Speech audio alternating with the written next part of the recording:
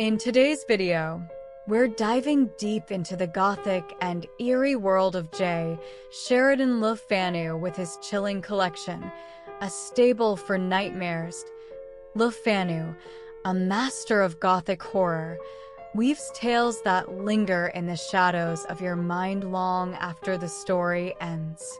This collection features stories that will take you on a journey through the darkest corners of the human psyche, filled with supernatural elements and spine-tingling suspense. Don't forget to like, subscribe, and hit the notification bell for more haunting tales. Let's get started. Part 1. Dickon the Devil. About 30 years ago, I was selected by two rich old maids to visit a property in that part of Lancashire which lies near the famous forest of Pendle, with which Mr. Ainsworth's Lancashire Witches has made us so pleasantly familiar. My business was to make partition of a small property, including a house and a domain to which they had, a long time before, succeeded as co-heiresses.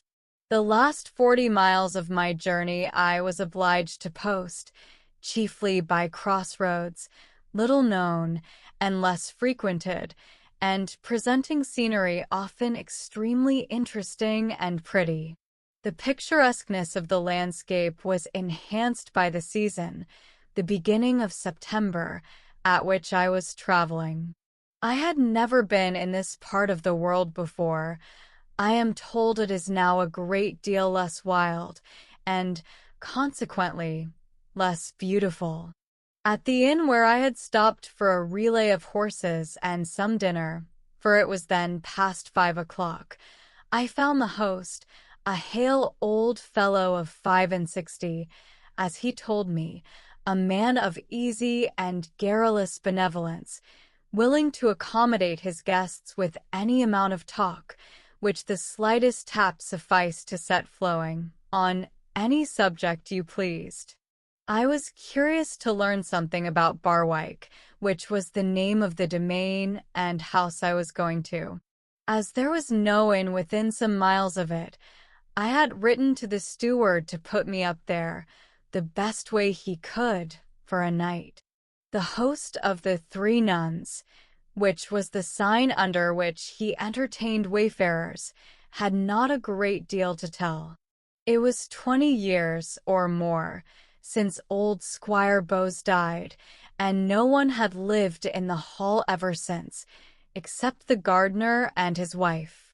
Tom Windsor will be as old a man as myself, but he's a bit taller and not so much in flesh, quite, said the fat innkeeper. But there were stories about the house, I repeated, that, they said, prevented tenants from coming into it. Old wives' tales, many years ago, that will be, sir. I forget all. Oh yes, there always will be. When a house is left so, foolish folk will always be talkin', but I ha'n't heard a word about it this 20 year.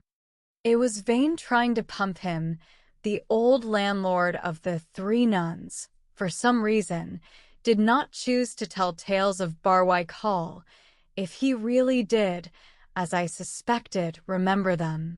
I paid my reckoning and resumed my journey, well pleased with the good cheer of that old-world inn, but a little disappointed. We had been driving for more than an hour, when we began to cross a wild common, and I knew that, this past, a quarter of an hour would bring me to the door of Barwyke Hall. The peat and furze were pretty soon left behind. We were again in the wooded scenery that I enjoyed so much, so entirely natural and pretty, and so little disturbed by traffic of any kind. I was looking from the chaise window, and soon detected the object of which, for some time, my eye had been in search. Barwyke Hall was a large, quaint house, of that cagework fashion known as black and white, in which the bars and angles of an oak framework contrast, black as ebony, with the white plaster that overspreads the masonry built into its interstices. This steep-roofed Elizabethan house stood in the midst of park-like grounds of no great extent, but rendered imposing by the noble stature of the old trees that now cast their lengthening shadows eastward over the sward. From the declining sun, the park wall was gray with age, and in many places laden with ivy. In deep gray shadow, that contrasted with the dim fires of evening reflected on the foliage above it, in a gentle hollow, stretched a lake that looked cold and black, and seemed, as it were, to skulk from observation with a guilty knowledge. I had forgot that there was a lake at Barwyke, but the moment this caught my eye, like the cold polish of a snake in the shadow, my instinct seemed to recognize something dangerous, and I knew that the lake was connected, I could not remember how, with the story I had heard of this place in my boyhood. I drove up a grass-grown avenue, under the boughs of these noble trees, whose foliage, dyed in autumnal red and yellow, returned the beams of the western sun gorgeously. We drew up at the door. I got out and had a good look at the front of the house. It was a large and melancholy mansion, with signs of long neglect upon it. Great wooden shutters, in the old fashion, were barred outside. Across the windows, grass and even nettles were growing thick on the courtyard, and a thin moss streaked the timber beams. The plaster was discolored by time and weather, and bore great russet and yellow stains. The gloom was increased by several grand old trees that crowded close about the house. I mounted the steps and looked round. The dark lake lay near me now, a little to the left. It was not large. It may have covered some 10 or 12 acres, but it added to the melancholy of the scene. Near the center of it was a small island, with 2 old ash trees, leaning toward each other, their pensive images reflected in the stirless water. The only cheery influence of this scene of antiquity, solitude, and neglect was that the house and landscape were warmed with the ruddy western beams. I knocked, and my summons resounded hollow and ungenial in my ear, and the bell, from far away, returned a deep-mouthed and surly ring, as if it resented being roused from a score-year slumber. A light-limbed, jolly-looking old fellow, in a barracan jacket and gaiters, with a smirk of welcome and a very sharp, red nose that seemed to promise good cheer, opened the door with a promptitude that indicated a hospitable expectation of my arrival. There was but little light in the hall, and that little lost itself in darkness in the background. It was very spacious and lofty, with a gallery running round it, which, when the door was open, was visible at 2 or 3 points. Almost in the dark my new acquaintance led me across this wide hall into the room destined for my reception. It was spacious, and wainscoted up to the ceiling. The furniture of this capacious chamber was old-fashioned and clumsy. There were curtains still to the windows, and a piece of Turkey carpet lay upon the floor. Those windows were 2 in number, looking out, through the trunks of the trees close to the house, upon the lake. It needed all the fire and all the pleasant associations of my entertainer's red nose to light up this melancholy chamber. A door at its farther end admitted to the room that was prepared for my sleeping apartment. It was wainscoted, like the other. It had a 4-post bed, with heavy tapestry curtains, and in other respects was furnished in the same old-world and ponderous style as the other room. Its window, like those of that apartment, looked out upon the lake. Somber and sad as these rooms were, they were yet scrupulously clean. I had nothing to complain of, but the effect was rather dispiriting. Having given some directions about supper, a pleasant incident to look forward to, and made a rapid toilet, I called on my friend with the gaiters and red nose, Tom Windsor, whose occupation was that of a bailiff, or under-steward, of the property, to accompany me, as we had still an hour or so of sun and twilight, in a walk over the grounds. It was a sweet autumn evening, and my guide, a hearty old fellow, strode at a pace that tasked me to keep up with, among clumps of trees at the northern boundary of the domain. We lighted upon the little antique parish church. I was looking down upon it from an eminence, and the park wall interposed, but a little way down was a stile affording access to the road, and by this we approached the iron gate of the churchyard. I saw the church door open. The sexton was replacing his pick, shovel, and spade, with which he had just been digging a grave in the churchyard, in their little repository under the stone stair of the tower. He was a polite, shrewd little hunchback who was very happy to show me over the church. Among the monuments was one that interested me. It was erected to commemorate the very Squire Bowes from whom my two old maids had inherited the house and estate of Barwyke.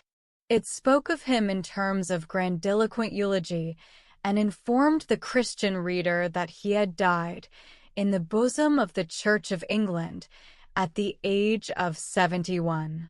I read this inscription by the parting beams of the setting sun, which disappeared behind the horizon just as we passed out from under the porch. 20 years since the squire died, said I, reflecting, as I loitered still in the churchyard. Aye, sir, 'twill be 20 year the 9th o' last month.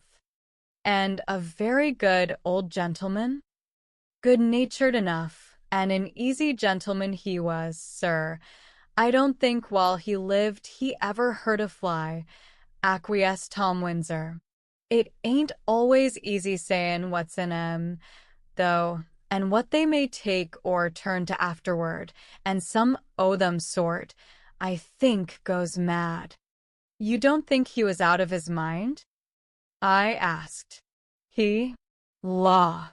No, not he, sir. A bit lazy, mayhap, like other old fellows, but I knew devilish well what he was about. Tom Windsor's account was a little enigmatical, but, like old Squire Bowes, I was a bit lazy that evening and asked no more questions about him. We got over the stile upon the narrow road that skirts the churchyard. It is overhung by elms more than 100 years old, and in the twilight, which now prevailed, was growing very dark.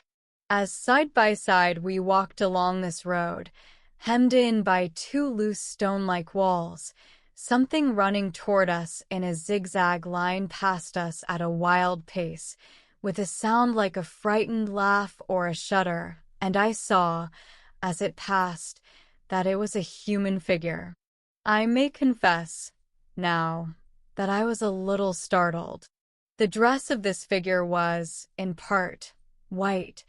I know I mistook it at first for a white horse coming down the road at a gallop. Tom Windsor turned about and looked after the retreating figure. He'll be on his travels tonight, he said in a low tone. Easy served with a bed, that lad be. 6 foot o' dry peat or heath, or a nook in a dry ditch. That lad hasn't slept once in a house this 20 year, and never will while grass grows. Is he mad? I asked. Something that way, sir. He's an idiot, an oppie. We call him Dickon the Devil, because the devil's almost the only word that's ever in his mouth. It struck me that this idiot was in some way connected with the story of old Squire Bowes. Queer things are told of him, I dare say, I suggested. More or less, sir. More or less. Queer stories, some. 20 years since he slept in a house? That's about the time the squire died, I continued. So it will be, sir. Not very long after. You must tell me all about that, Tom, tonight, when I can hear it comfortably after supper. Tom did not seem to like my invitation, and looking straight before him as we trudged on, he said, You see, sir, the house has been quiet, and nought's been troubling folk inside the walls or out, all round the woods of Barwyke, this 10 year or more, and my old woman, down there, is clear against talking about such matters, and thinks it best, and so do I, to let sleep-in dogs be. He dropped his voice toward the close of the sentence, and nodded significantly. We soon reached a point where he unlocked a wicket in the park wall, by which we entered the grounds of Barwyke once more. The twilight deepening over the landscape, the huge and solemn trees, and the distant outline of the haunted house exercised a somber influence on me, which, together with the fatigue of a day of travel and the brisk walk we had had, disinclined me to interrupt the silence in which my companion now indulged a certain air of comparative comfort on our arrival. In great measure dissipated the gloom that was stealing over me.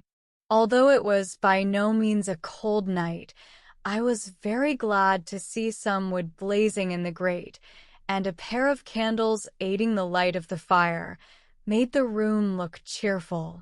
A small table, with a very white cloth and preparations for supper, was also a very agreeable object. I should have liked very well, under these influences, to have listened to Tom Windsor's story, but after supper I grew too sleepy to attempt to lead him to the subject, and after yawning for a time, I found there was no use in contending against my drowsiness, so I betook myself to my bedroom, and by 10 o'clock was fast asleep. What interruption I experienced that night I shall tell you presently. It was not much, but it was very odd. By next night I had completed my work at Barwyke. From early morning till then I was so incessantly occupied and hard-worked that I had no time to think over the singular occurrence to which I have just referred. Behold me, however, at length once more seated at my little supper table, having ended a comfortable meal. It had been a sultry day, and I had thrown one of the large windows up as high as it would go. I was sitting near it, with my brandy and water at my elbow, looking out into the dark. There was no moon, and the trees that are grouped about the house make the darkness round it supernaturally profound on such nights. Tom, said I, so soon as the jug of hot punch I had supplied him with began to exercise its genial and communicative influence, you must tell me who beside your wife and you and myself slept in the house last night. Tom, sitting near the door, set down his tumbler and looked at me askance, while you might count 7, without speaking a word. Who else slept in the house? He repeated, very deliberately. Not a living soul, sir, and he looked hard at me, still evidently expecting something more. That is very odd, I said, returning his stare, and feeling really a little odd. You're sure you were not in my room last night? Not till I came to call you. sir. This morning. I can make oath of that. Part 1. Dickon the Devil. About 30 years ago, I was selected by two rich old maids to visit a property in that part of Lancashire which lies near the famous forest of Pendle, with which Mr. Ainsworth's Lancashire Witches has made us so pleasantly familiar. My business was to make partition of a small property, including a house and a domain to which they had, a long time before, succeeded as coheiresses. The last 40 miles of my journey I was obliged to post, chiefly by crossroads, little known and less frequented, and presenting scenery often extremely interesting and pretty. The picturesqueness of the landscape was enhanced by the season, the beginning of September, at which I was traveling. I had never been in this part of the world before. I am told it is now a great deal less wild, and, consequently, less beautiful. At the inn where I had stopped for a relay of horses and some dinner, for it was then past 5 o'clock, I found the host, a hale old fellow of 65, as he told me, a man of easy and garrulous benevolence, willing to accommodate his guests with any amount of talk, which the slightest tap sufficed to set flowing, on any subject you pleased. I was curious to learn something about Barwyke, which was the name of the domain and house I was going to. As there was no inn within some miles of it, I had written to the steward to put me up there, the best way he could, for a night. The host of the Three Nuns, which was the sign under which he entertained wayfarers, had not a great deal to tell. It was 20 years or more since old Squire Bowes died, and no one had lived in the hall ever since, except the gardener and his wife. Tom Windsor will be as old a man as myself, but he's a bit taller and not so much in flesh, quite, said the fat innkeeper. But there were stories about the house, I repeated, that, they said, prevented tenants from coming into it. Old wives' tales, many years ago, that will be, sir. I forget all. Oh yes, there always will be. When a house is left so, foolish folk will always be talkin', but I ha'n't heard a word about it this 20 year. It was vain trying to pump him.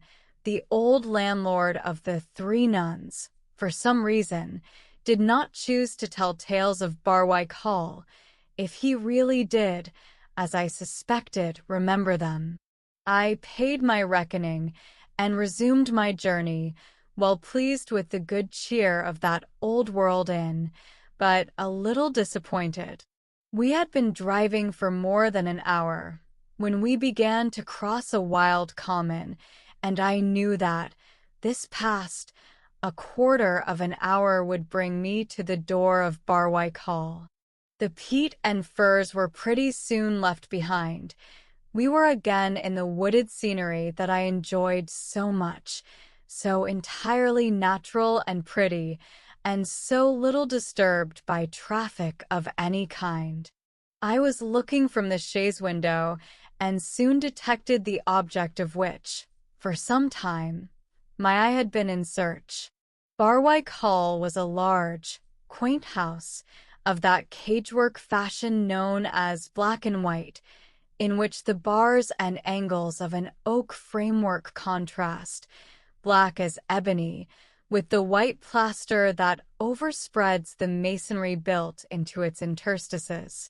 This steep-roofed Elizabethan house stood in the midst of park-like grounds of no great extent, but rendered imposing by the noble stature of the old trees that now cast their lengthening shadows eastward over the sward, from the declining sun. The park wall was gray with age, and in many places laden with ivy. In deep gray shadow, that contrasted with the dim fires of evening reflected on the foliage above it. In a gentle hollow stretched a lake that looked cold and black and seemed, as it were, to skulk from observation with a guilty knowledge. I had forgot that there was a lake at Barwyke, but the moment this caught my eye, like the cold polish of a snake in the shadow, my instinct seemed to recognize something dangerous, and I knew that the lake was connected, I could not remember how, with the story I had heard of this place in my boyhood.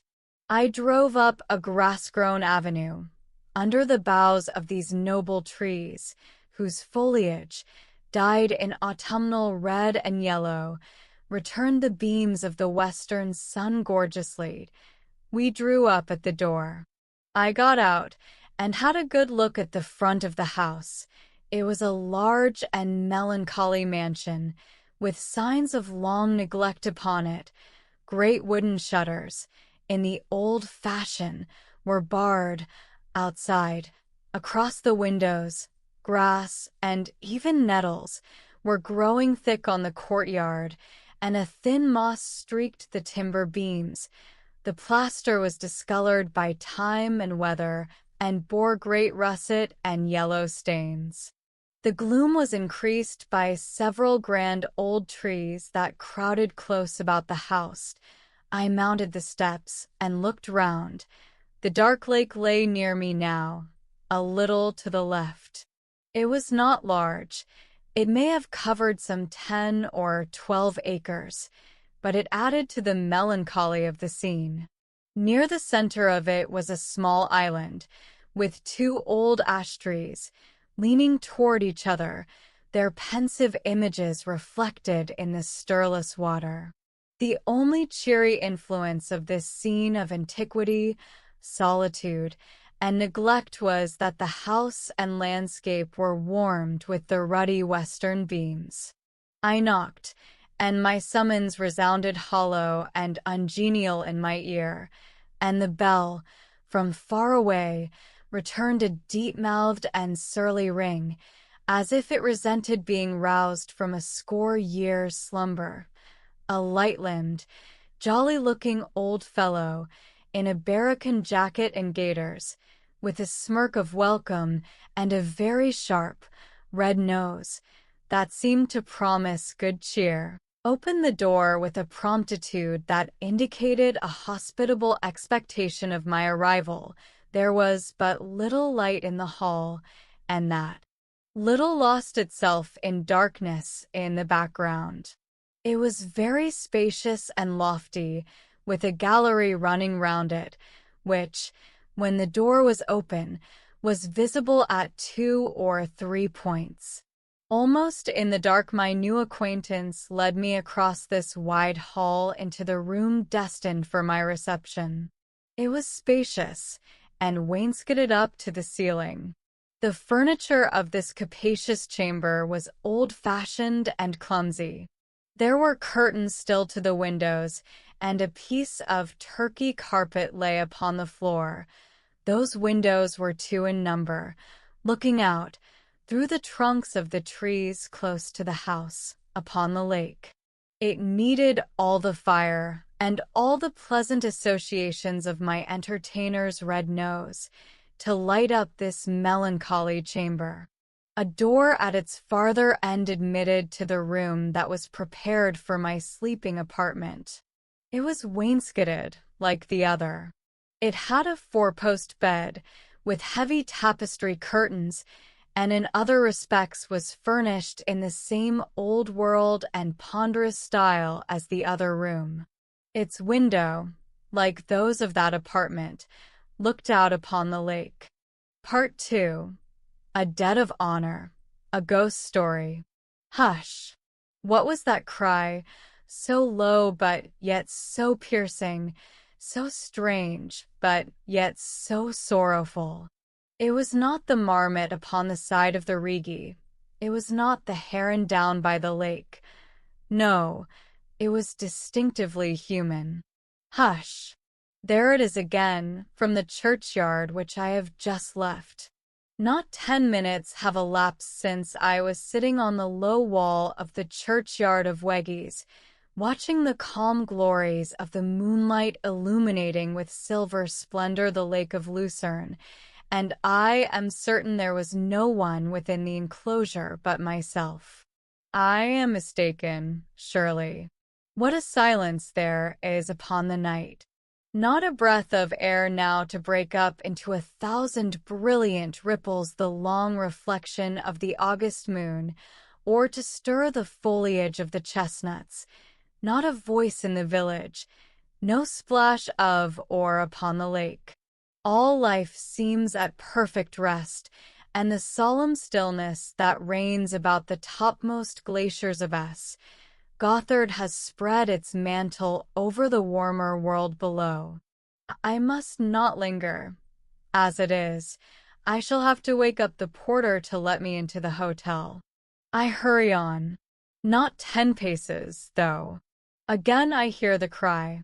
This time it sounds to me like the long, sad sob of a wearied and broken heart. Without staying to reason with myself, I quickly retrace my steps.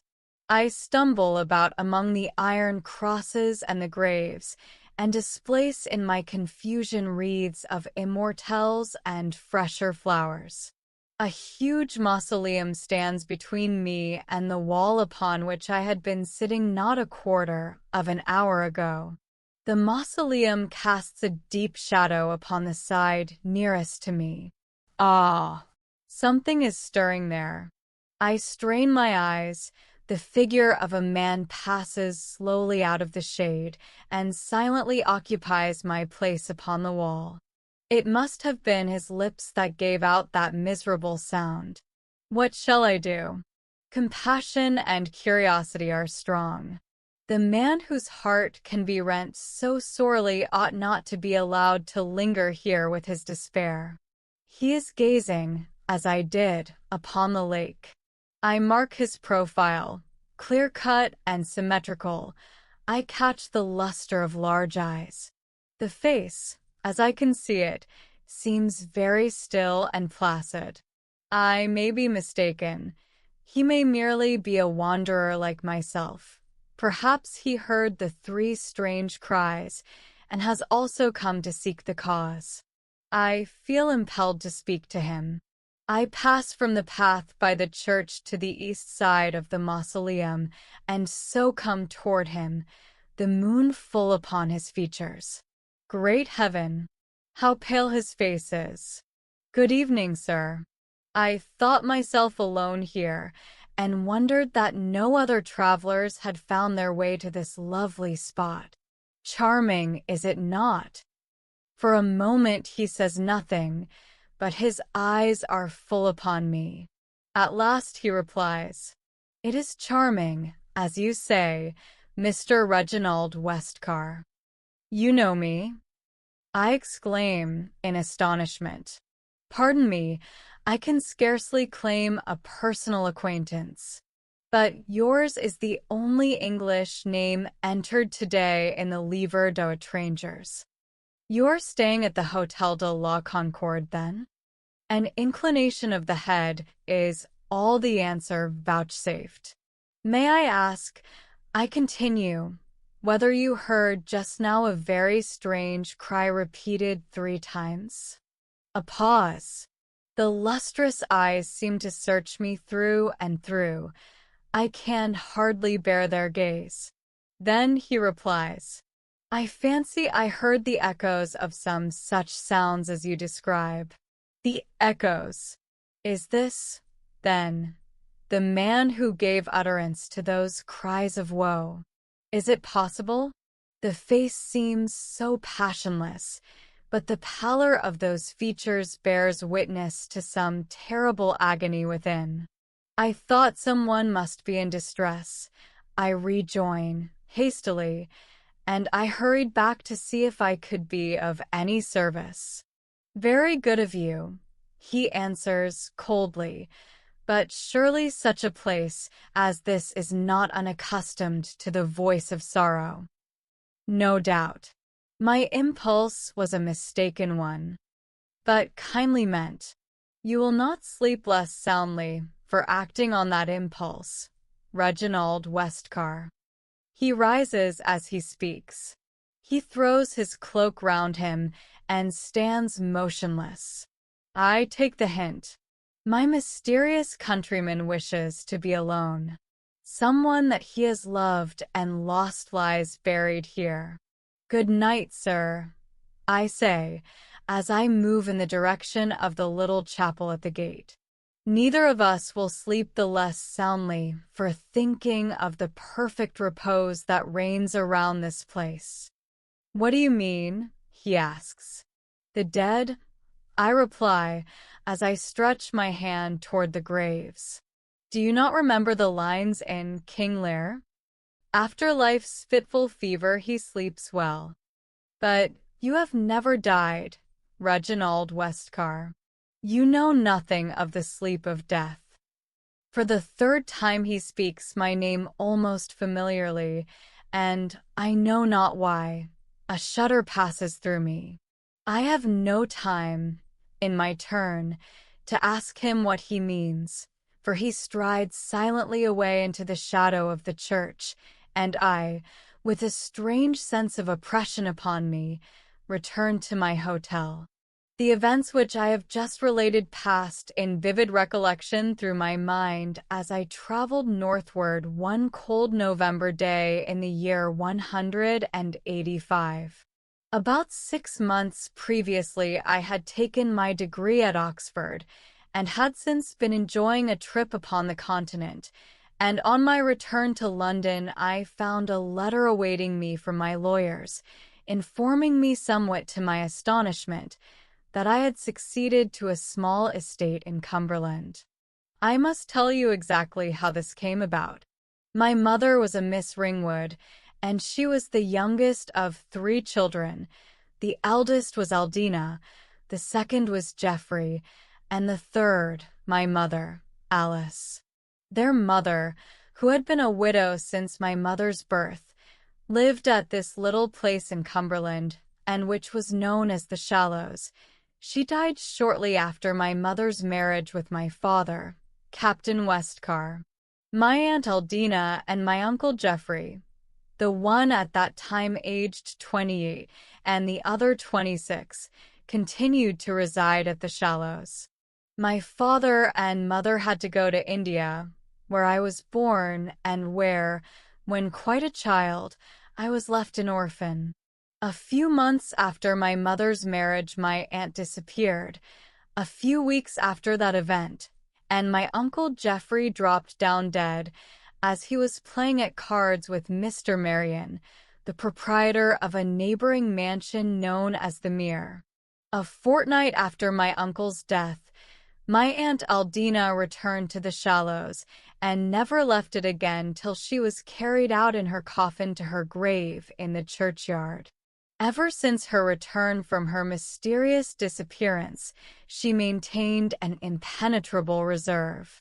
As a schoolboy, I visited her twice or thrice, but these visits depressed my youthful spirits to such an extent that as I grew older I excused myself from accepting my aunt's not very pressing invitations, and at the time I am now speaking of I had not seen her for 8 or 10 years. I was rather surprised, therefore, when she bequeathed me the Shallows, which, as the surviving child, she inherited under her mother's marriage settlement. But the Shallows had always exercised a grim influence over me, and the knowledge that I was now going to it as my home oppressed me. The road seemed unusually dark, cold, and lonely. At last I passed the lodge, and 200 yards more brought me to the porch. Very soon the door was opened by an elderly female, whom I well remembered as having been my aunt's housekeeper and cook. I had pleasant recollections of her, and was glad to see her. To tell the truth, I had not anticipated my visit to my newly acquired property with any great degree of enthusiasm, but a very tolerable dinner had an inspiriting effect, and I was pleased to learn that there was a bin of old Madeira in the cellar. Naturally, I soon grew cheerful and consequently talkative, and summoned Mrs. Balk for a little gossip. The substance of what I gathered from her rather diffusive conversation was as follows. My aunt had resided at the Shallows ever since the death of my Uncle Geoffrey, but she had maintained a silent and reserved habit, and Mrs. Balk was of opinion that she had had some great misfortune. She had persistently refused all intercourse with the people at the Mere. Squire Marion, himself a cold and taciturn man, had once or twice showed a disposition to be friendly, but she had sternly repulsed all such overtures. Mrs. Balk was of opinion that Miss Ringwood was not quite right, as she expressed it, on some topics. Especially did she seem impressed with the idea that the Mere ought to belong to her. It appeared that the Ringwoods and Marions were distant connections, that the Mere belonged in former times to a certain Sir Henry Bennet, that he was a bachelor, and that Squire Marion's father and old Mr. Ringwood were cousins of his, and that there was some doubt as to which was the real heir, that Sir Henry, who disliked old Marion, had frequently said he had set any chance of dispute at rest by bequeathing the Mere property by will to Mr. Ringwood, my mother's father, that, on his death, no such will could be found, and the family lawyers agreed that Mr. Marion was the legal inheritor, and my Uncle Geoffrey and his sisters must be content to take the Shallows, or nothing at all. Mr. Marion was comparatively rich, and the Ringwoods poor. Consequently, they were advised not to enter upon a costly lawsuit. My Aunt Aldina maintained to the last that Sir Henry had made a will, and that Mr. Marion knew it, but had destroyed or suppressed the document. I did not gather from Mrs. Balk's narrative that Miss Ringwood had any foundation for her belief, and I dismissed the notion at once as baseless. And my Uncle Geoffrey died of apoplexy, you say, Mrs. Balk? I don't say so, sir. No more did Miss Ringwood, but they said so.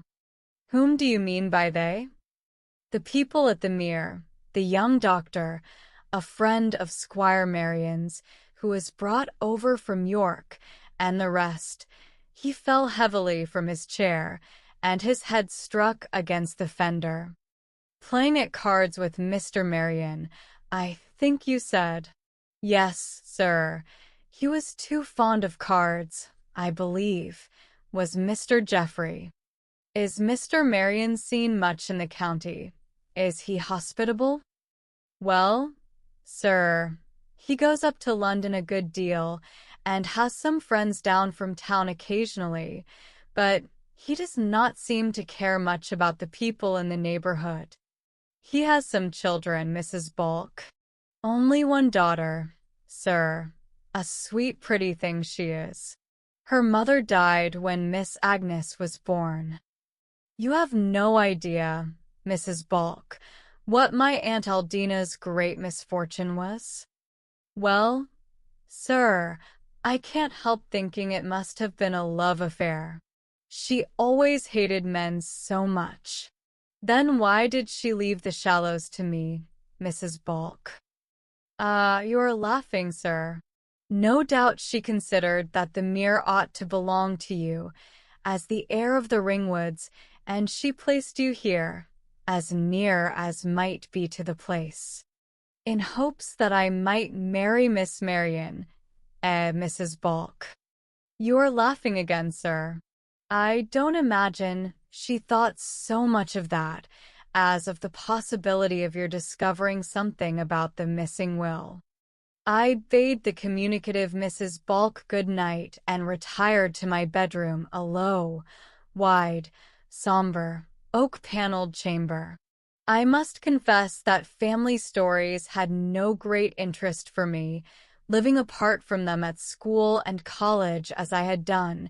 And as I undressed, I thought more of the probabilities of sport the 800 acres of wild shooting belonging to the Shallows would afford me, than of the supposed will my poor aunt had evidently worried herself about so much. Thoroughly tired after my long journey, I soon fell fast asleep amid the deep shadows of the huge four-poster I mentally resolved to chop up into firewood at an early date and substitute for it a more modern iron bedstead. How long I had been asleep I do not know, but I suddenly started up, the echo of a long, sad cry ringing in my ears.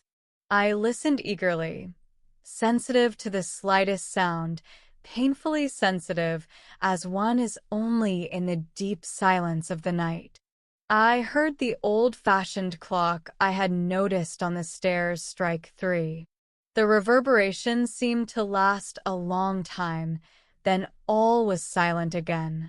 A dream, I muttered to myself as I lay down upon the pillow. Madeira is a heating wine. But what can I have been dreaming of? Sleep seemed to have gone altogether, and the busy mind wandered among the continental scenes I had lately visited. By and by I found myself in memory once more within the Weggies churchyard. I was satisfied. I had traced my dream to the cries that I had heard there. I turned round to sleep again.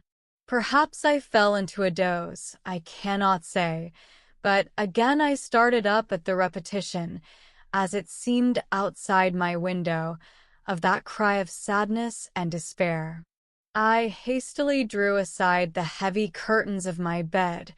At that moment the room seemed to be illuminated with a dim, unearthly light, and I saw, gradually growing into human shape, the figure of a woman. I recognized in it my aunt, Miss Ringwood.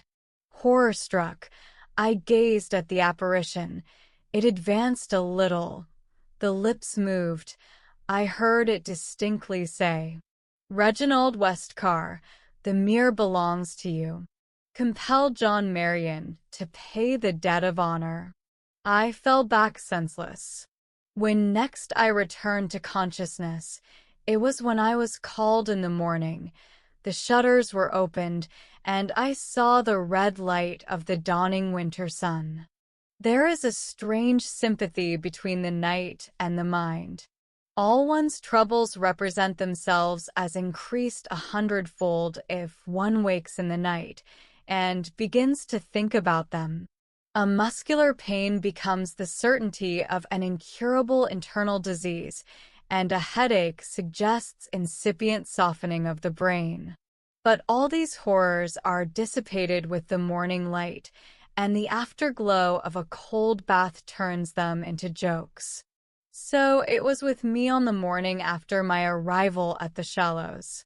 I accounted most satisfactorily for all that had occurred, or seemed to have occurred, during the night, and resolved that, though the old Madeira was uncommonly good, I must be careful in future not to drink more than a couple of glasses after dinner. I need scarcely say that I said nothing to Mrs. Balk of my bad dreams, and shortly after breakfast I took my gun and went out in search of such game as I might chance to meet with. At 3 o'clock I sent the keeper home, as his capacious pockets were pretty well filled, telling him that I thought I knew the country, and should stroll back leisurely. The gray gloom of the November evening was spreading over the sky as I came upon a small plantation which I believed belonged to me. I struck straight across it. Emerging from its shadows, I found myself by a small stream and some marshy land. On the other side another small plantation. A snipe got up, I fired and tailored it. I marked the bird into this other plantation and followed. Up got a covey of partridges, bang, bang, one down by the side of an oak. I was about to enter this covert, when a lady and gentleman emerged, and, struck with the unpleasant thought that I was possibly trespassing, I at once went forward to apologize. Before I could say a word, the gentleman addressed me. "May I ask, sir, if I have given you permission to shoot over my preserves?" "I beg to express my great regret, sir," I replied as I lifted my hat in acknowledgment of the lady's presence, "that I should have trespassed upon your land. I can only plead, as my excuse, that I fully believed I was still upon the manor belonging to the Shallows. Gentlemen who go out shooting ought to know the limits of their estates," he answered harshly. "The boundaries of the Shallows are well defined, nor is the area they contain so very extensive." "You have no right upon this," sighed the stream. "Sir, oblige me by returning." I merely bowed, for I was nettled by his tone, and as I turned away I noticed that the young lady whispered to him. "One moment, sir," he said. "My daughter suggests the possibility of your being the new owner of the Shallows. May I ask if this is so?" It had not occurred to me before, but I understood in a moment to whom I had been speaking, and I replied, "Yes, Mr. Marion. My name is Westcar." Such was my introduction to Mr. and Miss Marion. The proprietor of the Mere appeared to be a gentleman, but his manners were cold and reserved, and a careful observer might have remarked a perpetual restlessness in the eyes, as if they were physically incapable of regarding the same object for more than a moment. He was about 60 years of age, apparently, and though he now and again made an effort to carry himself upright, the head and shoulders soon drooped again, as if the weight of years, and, it might be, the memory of the past, were a heavy load to carry. Of Miss Marion it is sufficient to say that she was 19 or 20, and it did not need a second glance to satisfy me that her beauty was of no ordinary kind. I must hurry over the records of the next few weeks. I became a frequent visitor at the Mere. Mr. Marion's manner never became cordial, but he did not seem displeased to see me, and as to Agnes, well, she certainly was not displeased either. I think it was on Christmas Day that I suddenly discovered that I was desperately in love. Miss Marion had been for 2 or 3 days confined to her room by a bad cold, and I found myself in a great state of anxiety to see her again. I am sorry to say that my thoughts wandered a good deal when I was at church upon that festival, and I could not help thinking what ample room there was for a bridal procession up the spacious aisle. Suddenly my eyes rested upon a mural tablet inscribed, "To the memory of Aldina Ringwood." Then with a cold thrill there came back upon me what I had almost forgotten, the dream, or whatever it was, that had occurred on that first night at the Shallows, and those strange words, "The Mere belongs to you," compelled John Marion to pay the debt of honor.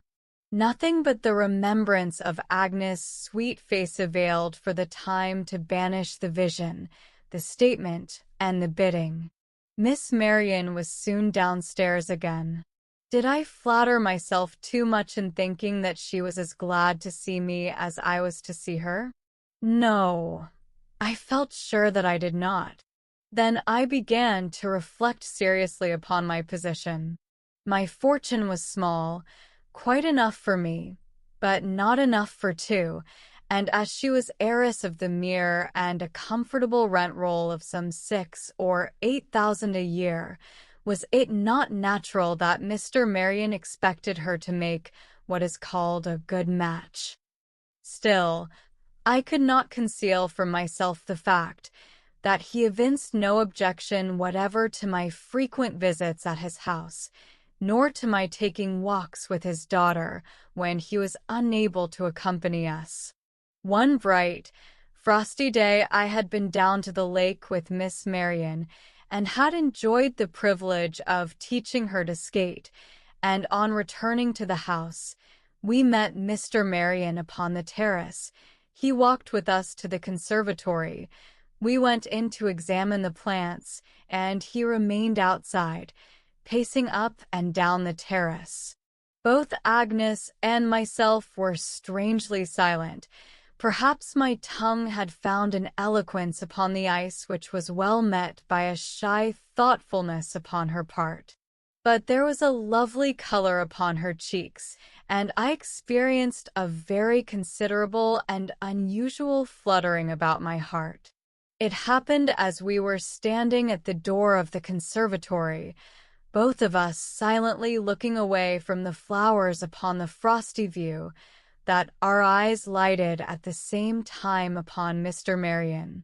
He, too, was apparently regarding the prospect, when suddenly he paused and staggered back, as if something unexpected met his gaze. "Oh, poor papa! I hope he is not going to have one of his fits," exclaimed Agnes. "Fits? Is he subject to such attacks?" I inquired. "Not ordinary fits," she answered hurriedly. "I hardly know how to explain them. They come upon him occasionally, and generally at this period of the year." "Shall we go to him?" I suggested. "No, you cannot help him, and he cannot bear that they should be noticed." We both watched him. His arms were stretched up above his head, and again he recoiled a step or two. I sought for an explanation in Agnes' face. "A stranger," she exclaimed. "Who can it be?" I looked toward Mr. Marian. A tall figure of a man had come from the farther side of the house. He wore a large, loose coat and a kind of military cap upon his head. "Doubtless you are surprised to see me, John," we heard the newcomer say, in a confident voice, "but I am not the devil, man, that you should greet me with such a peculiar attitude."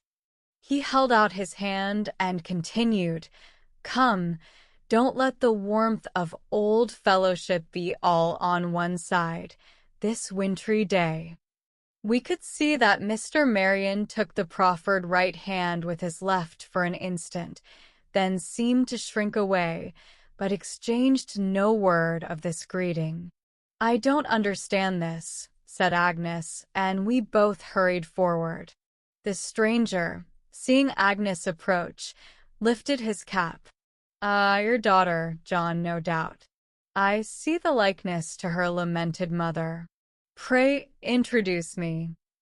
Mr. Marian's usually pallid features had assumed a still paler hue, and he said in a low voice, "Colonel Bloodier, my daughter." Agnes barely bowed. "Charmed to renew your acquaintance, Miss Marian. When last I saw you, you were quite a baby, but your father and I are very old friends, are we not, John?" Mr. Marian vaguely nodded his head. "Well, John, you have often pressed your hospitality upon me, but till now I have never had an opportunity of availing myself of your kind offers, so I have brought my bag, and intend at last to give you the pleasure of my company for a few days." I certainly should have thought that a man of Mr. Marian's disposition would have resented such conduct as this, or, at all events, have given this self-invited guest a chilling welcome. Mr. Marian, however, in a confused and somewhat stammering tone, said that he was glad Colonel Bloodier had come at last, and bade his daughter go and make the necessary arrangements. Agnes, in silent astonishment, entered the house, and then Mr. Marian turned to me hastily and bade me good-bye. In a by no means comfortable frame of mind, I returned to the shallows. The sudden advent of this miscellaneous colonel was naturally somewhat irritating to me. Not only did I regard the man as an intolerable bore, but I could not help fancying that he was something more than an old friend of Mr. Marion's. In fact, I was led to judge, by Mr. Marion's strange conduct, that this bloodier had some power over him which might be exercised to the detriment of the Marion family, and I was convinced there was some mystery it was my business to penetrate.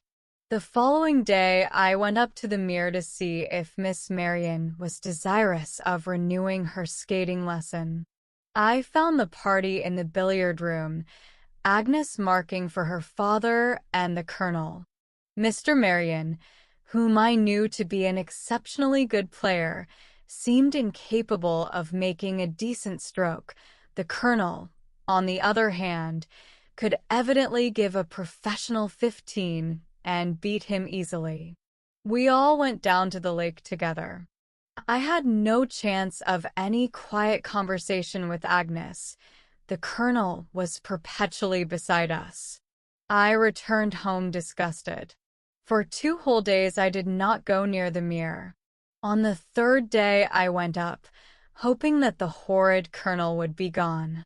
It was beginning to snow when I left the shallows at about 2 o'clock in the afternoon, and Mrs. Balk foretold a heavy storm, and bade me not be late returning. The black winter darkness in the sky deepened as I approached the Mere.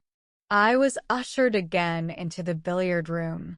Agnes was marking, as upon the previous occasion, but 2 days had worked a sad difference in her face. Mr. Marion hardly noticed my entrance. He was flushed and playing eagerly. The colonel was boisterous, declaring that John had never played better 20 years ago. I relieved Agnes of the duty of marking. The snow fell in a thick layer upon the skylight, and the colonel became seriously anxious about my return home. As I did not think he was the proper person to give me hints, I resolutely remained where I was, encouraged in my behavior by the few words I gained from Agnes, and by the looks of entreaty she gave me. I had always considered Mr. Marion to be an abstemious man, but he drank a good deal of brandy and soda during the long game of 700 up, and when he succeeded in beating the colonel by 43, he was in roaring spirits and insisted upon my staying to dinner. Need I say that I accepted the invitation? I made such toilet as I could in a most unattainable chamber that was allotted to me, and hurried back to the drawing-room in the hope that I might get a few private words with Agnes. I was not disappointed. She, too, had hurried down, and in a few words I learned that this abominable Bloodio was paying her his coarse attentions, and with, apparently, the full consent of Mr. Marion. My indignation was unbounded. Was it possible that Mr. Marion intended to sacrifice this fair creature to that repulsive man? Mr. Marion had appeared in excellent spirits when dinner began, and the first glass or 2 of champagne made him merrier than I thought it possible for him to be. But by the time the dessert was on the table, he had grown silent and thoughtful, nor did he respond to the warm eulogiums the colonel passed upon the magnum of claret which was set before us. After dinner we sat in the library. The colonel left the room to fetch some cigars he had been loudly extolling. Then Agnes had an opportunity of whispering to me, "Look at Papa. See how strangely he sits, his hands clenching the arms of the chair, his eyes fixed upon the blazing coals. How old he seems to be tonight. His terrible fits are coming on. He is always like this toward the end of January." The Colonel's return put an end to any further confidential talk. When we separated for the night, I felt that my going to bed would be purposeless. I felt most painfully wide awake. I threw myself down upon my bed and worried myself by trying to imagine what secret there could be between Marion and Bloodia, for that a secret of some kind existed, I felt certain. I tossed about till I heard the stroke of one. A dreadful restlessness had come upon me. It seemed as if the solemn night side of life was busy waking now, but the silence and solitude of my antique chamber became too much for me. I rose from my bed and paced up and down the room. I raked up the dying embers of the fire and drew an armchair to the hearth. I fell into a doze. By and by I woke up suddenly, and I was conscious of stealthy footsteps in the passage. My sense of hearing became painfully acute. I heard the footsteps retreating down the corridor until they were lost in the distance. I cautiously opened the door and, shading the candle with my hand, looked out. There was nothing to be seen, but I felt that I could not remain quietly in my room, and, closing the door behind me, I went out in search of I knew not what. The sitting rooms and bedrooms in ordinary use at the Mere were in the modern part of the house, but there was an old Elizabethan wing which I had often longed to explore, and in this strange ramble of mine I soon had reason to be satisfied that I was well within it. At the end of an oak-paneled narrow passage a door stood open, and I entered a low, somber apartment fitted with furniture in the style of 200 years ago. There was something awfully ghostly about the look of this room. A great four-post bedstead, with heavy hangings, stood in a deep recess. A round oak table and two high-backed chairs were in the center of the room. Suddenly, as I gazed on these things, I heard stealthy footsteps in the passage and saw a dim light advancing. Acting on a sudden impulse, I extinguished my candle and withdrew into the shadow of the recess, watching eagerly. The footsteps came nearer. My heart seemed to stand still with expectation. They paused outside the door, for a moment really, for an age it seemed to me. Then, to my astonishment, I saw Mr. Marion enter.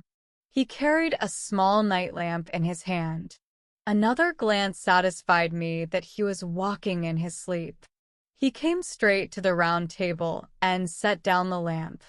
He seated himself in one of the high-backed chairs, his vacant eyes staring at the chair opposite. Then his lips began to move quickly, as if he were addressing someone. Then he rose, went to the bureau, and seemed to take something from it.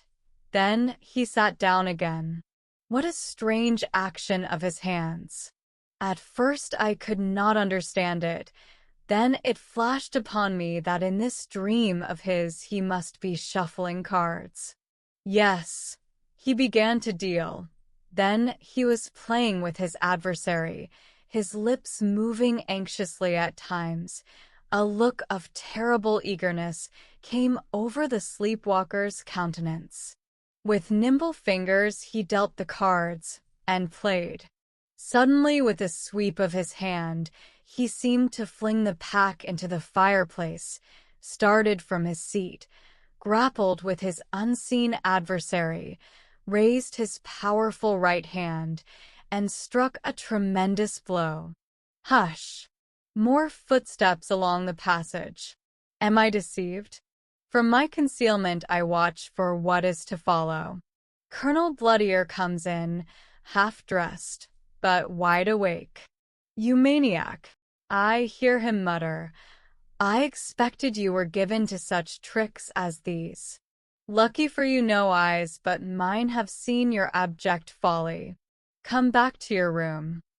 Mr. Marion is still gazing, his arms lifted wildly above his head, upon the imagined foe whom he had felled to the ground. The colonel touches him on the shoulder and leads him away, leaving the lamp. My reasoning faculties had fully returned to me. I held a clue to the secret, and for Agnes' sake it must be followed up. I took the lamp away and placed it on a table where the chamber candlestick stood, relit my own candle, and found my way back to my bedroom. The next morning, when I came down to breakfast, I found Colonel Bloodier warming himself satisfactorily at the blazing fire. I learned from him that our host was far from well, and that Miss Marion was in attendance upon her father, that the colonel was charged with all kinds of apologies to me and good wishes for my safe return home across the snow. I thanked him for the delivery of the message, while I felt perfectly convinced that he had never been charged with it. However that might be, I never saw Mr. Marion that morning, and I started back to the shallows through the snow. For the next 2 or 3 days the weather was very wild, but I contrived to get up to the mere and ask after Mr. Marion. Better, I was told, but unable to see anyone. Miss Marion, too, was fatigued with nursing her father. So there was nothing to do but to trudge home again. Reginald Westcar, the mere is yours. Compelled John Marion to pay the debt of honor. Again and again these words forced themselves upon me as I listlessly gazed out upon the white landscape. The strange scene that I had witnessed on that memorable night I passed beneath Mr. Marion's roof had brought them back to my memory with redoubled force, and I began to think that the apparition I had seen, or dreamed of, on my first night at the Shallows had more of truth in it than I had been willing to believe. 3 more days passed away, and a carter boy from the Mere brought me a note. It was Agnes' handwriting. It said, "Dear Mr. Westcar, pray come up here, if you possibly can. I cannot understand what is the matter with Papa, and he wishes me to do a dreadful thing. Do come. I feel that I have no friend but you. I am obliged to send this note privately." I need scarcely say that 5 minutes afterward I was plunging through the snow toward the Mere. It was already late on that dark February evening as I gained the shrubbery, and as I was pondering upon the best method of securing admittance, I became aware that the figure of a man was hurrying on some yards in front of me. At first I thought it must be one of the gardeners, but all of a sudden I stood still, and my blood seemed to freeze with horror, as I remarked that the figure in front of me left no trace of footmarks on the snow. My brain reeled for a moment, and I thought I should have fallen, but I recovered my nerves, and when I looked before me again, it had disappeared. I pressed on eagerly. I arrived at the front door. It was wide open, and I passed through the hall to the library. I heard Agnes' voice. "No, no, Papa. You must not force me to this. I cannot, will not, marry Colonel Bloodier." "You must," answered Mr. Marion in a hoarse voice. "You must marry him and save your father from something worse than disgrace." Not feeling disposed to play the eavesdropper, I entered the room. Mr. Marion was standing at the fireplace. Agnes was crouching on the ground at his feet. I saw at once that it was no use for me to dissemble the reason of my visit, and, without a word of greeting, I said, "Miss Marion, I have come in obedience to your summons. If I can prevent any misfortune from falling upon you, I am ready to help you with my life. You have guessed that I love you. If my love is returned, I am prepared to dispute my claim with any man." Agnes, with a cry of joy, rose from her knees and rushed toward me. Ah, how strong I felt as I held her in my arms. "I have my answer," I continued. "Mr. Marion, I have reason to believe that your daughter is in fear of the future you have forecast for her. I ask you to regard those fears and to give her to me, to love and cherish as my wife." Mr. Marion covered his face with his hands, and I could hear him murmur, "Too late, too late." "No, not too late," I echoed. "What is this bloodier to you, that you should sacrifice your daughter to a man whose very look proclaims him a villain? Nothing can compel you to such a deed, not even a debt of honor." What it was impelled me to say these last words I know not, but they had an extraordinary effect upon Mr. Marion. He started toward me, then checked himself. His face was livid, his eyeballs glaring, and he threw up his arms in the strange manner I had already witnessed. "What is all this?" exclaimed a harsh voice behind me. "Mr. Westcar insulting Miss Marion and her father. It is time for me to interfere." And Colonel Bloodier approached me menacingly. All his jovial manner and fulsome courtesy was gone, and in his flushed face and insolent look the savage rascal was revealed. "You will interfere at your peril," I replied. "I am a younger man than you are, and my strength has not been weakened by drink and dissipation. Take care." The villain drew himself up to his full height, and, though he must have been at least some 60 years of age, I felt assured that I should meet no ordinary adversary if a personal struggle should ensue. Agnes fainted, and I laid her on a sofa.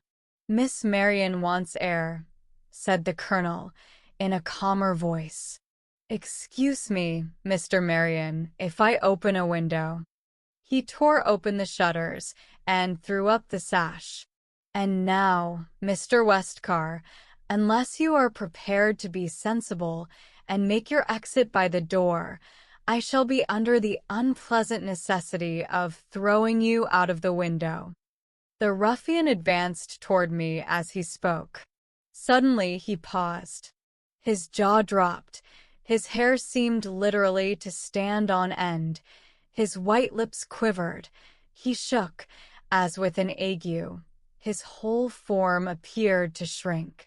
I stared in amazement at the awful change. A strange thrill shot through me as I heard a quiet voice say, "Richard Bloodier, your grave is waiting for you. Go." The figure of a man passed between me and him. The wretched man shrank back and, with a wild cry, leaped from the window he had opened. All this time Mr. Marion was standing like a lifeless statue. In helpless wonder I gazed at the figure before me. I saw clearly the features and profile, and, swift as lightning, my memory was carried back to the unforgotten scene in the churchyard upon the Lake of Lucerne, and I recognized the white face of the young man with whom I there had spoken. "John Marion," said the voice, "this is the night upon which, a quarter of a century ago, you killed me. It is your last night on earth. You must go through the tragedy again." Mr. Marion, still statue-like, beckoned to the figure and opened a half-concealed door which led into his study.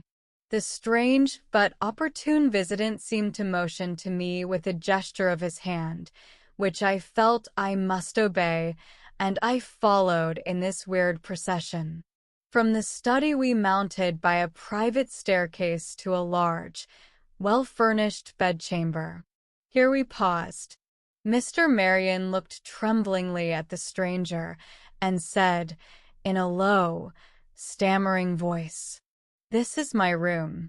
In this room, on this night, 25 years ago, you told me that you were certain Sir Henry Benet's will was in existence, and that you had made up your mind to dispute my possession to this property. You had discovered letters from Sir Henry to your father which gave you a clue to the spot where that will might be found. You, Geoffrey Ringwood, of generous and extravagant nature, offered to find the will in my presence. It was late at night, as now. All the household slept. I accepted your invitation and followed you." Mr. Marion ceased. He seemed physically unable to continue. The terrible stranger, in his low, echoing voice, replied, "Go on, confess all." "You and I, Geoffrey, had been what the world calls friends. We had been much in London together. We were both passionately fond of cards. We had a common acquaintance, Richard Bloodier. He was present on the 2d of February, when I lost a large sum of money to you at écarté.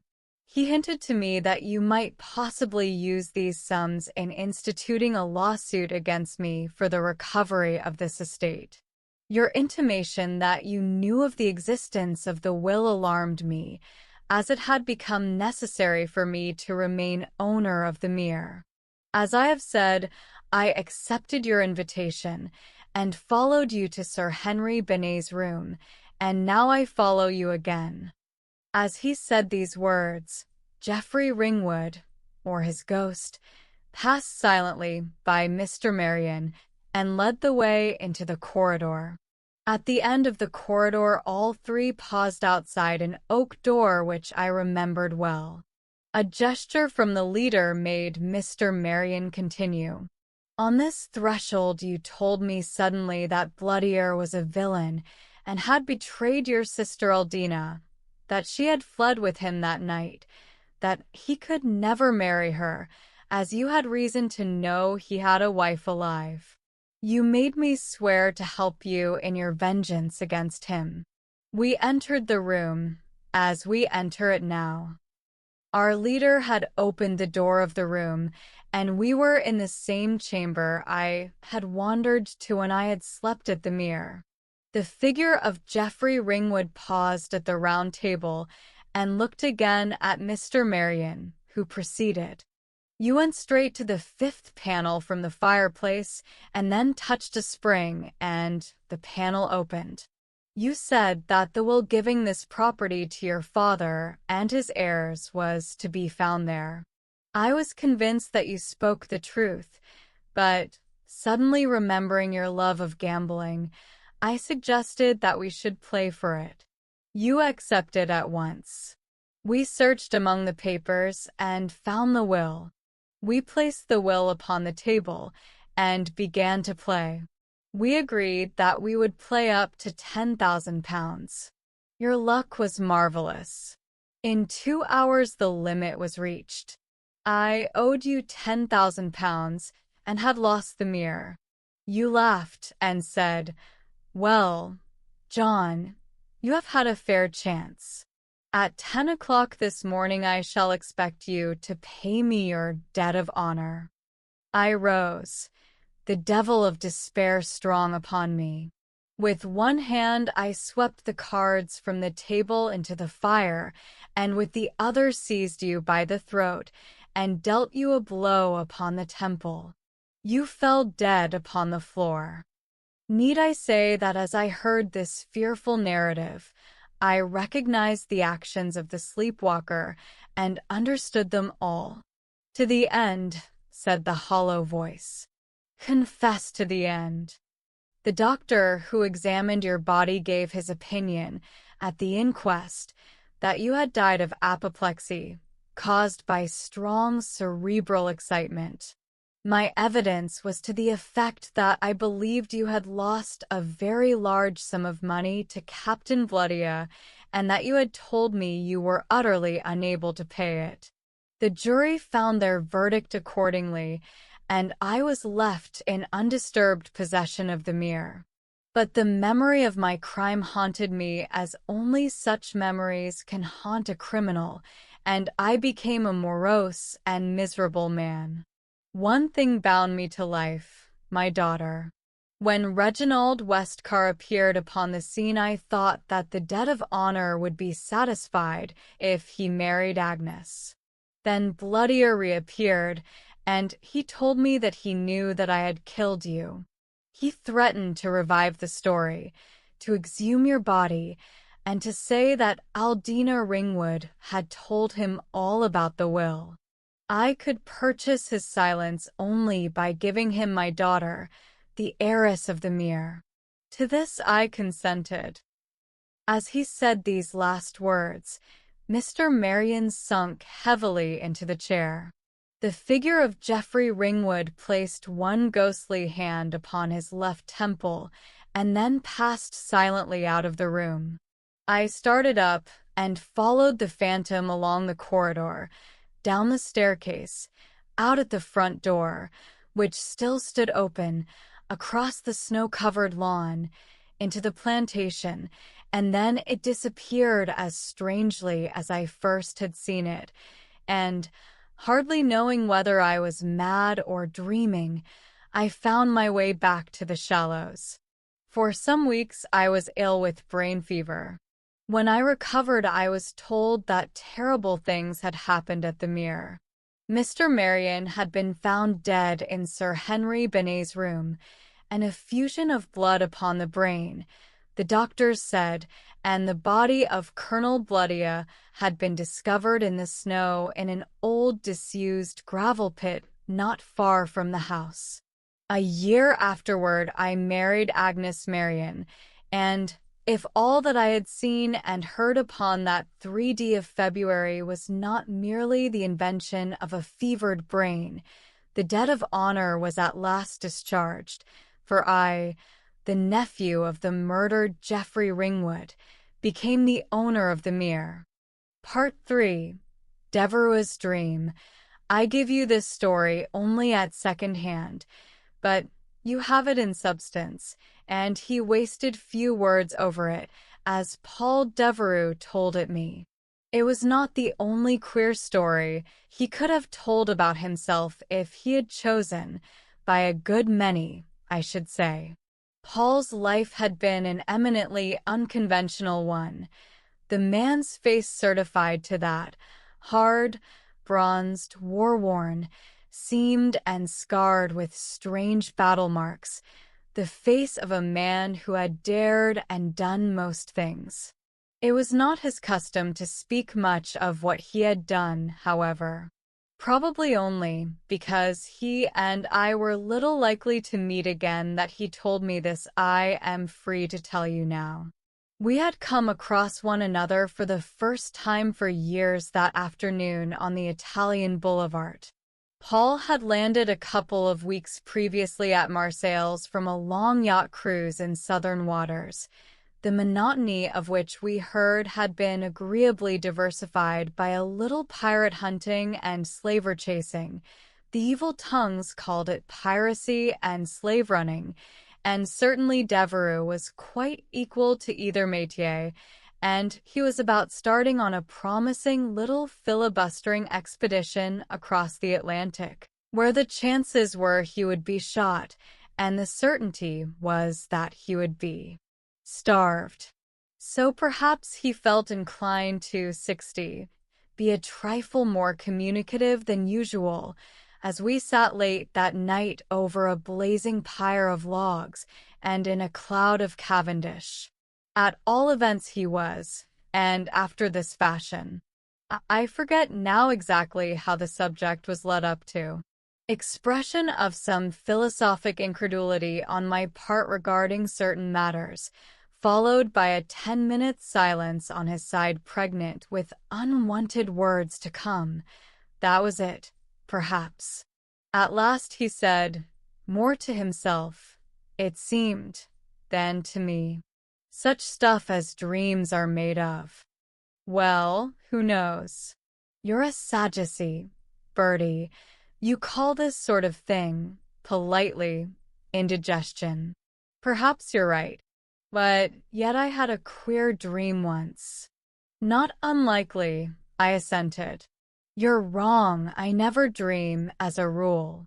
But, as I say, I had a queer dream once, and queer because it came literally true 3 years afterward. Queer indeed, Paul. Happens to be true. What's queerer still, my dream was the means of my finding a man I owed a long score, and a heavy one, and of my paying him in full. Bad for the payee, I thought. Paul's face had grown terribly eloquent as he spoke those last words. On a sudden the expression of it changed. Another memory was stirring in him. Wonderfully tender the fierce eyes grew, wonderfully tender the faint, sad smile that was like sunshine on storm-scathed granite. That smile transfigured the man before me. Ah, poor child, poor Lucille. I heard him mutter.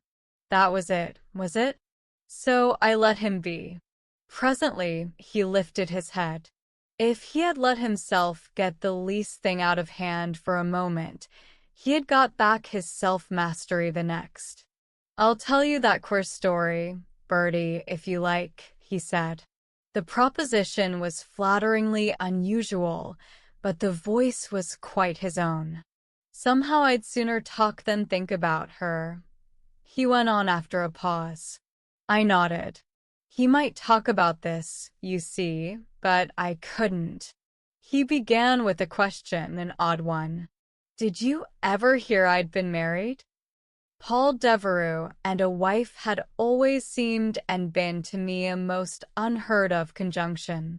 So I laconically said, No. Well, I was once, years ago. She was my wife, that child, for a week. And then I easily filled up the pause, but as it happened, I filled it up wrongly, for he added, and then she was murdered. I was not unused to our Paul's stony style of talk, but this last sentence was sufficiently startling. Murdered in her sleep. They never found the man who did it either, though I had Durbeck and all the Rue de Jerusalem at work. But I forgave them that, for I found the man myself and killed him. He was filling his pipe again as he told me this, and he perhaps rammed the Cavendish in a little tighter, but that was all. The thing was a matter of course. I knew my Paul well enough to know that. Of course he killed him. Mind you, he continued, kindling the black brûle-gueule the while, mind you, I'd never seen this man before, never known of his existence, except in a way that, however, it was this way. He let his grizzled head drop back on the cushions of his chair, and his eyes seemed to see the queer story he was telling enacted once more before him in the red hollows of the fire.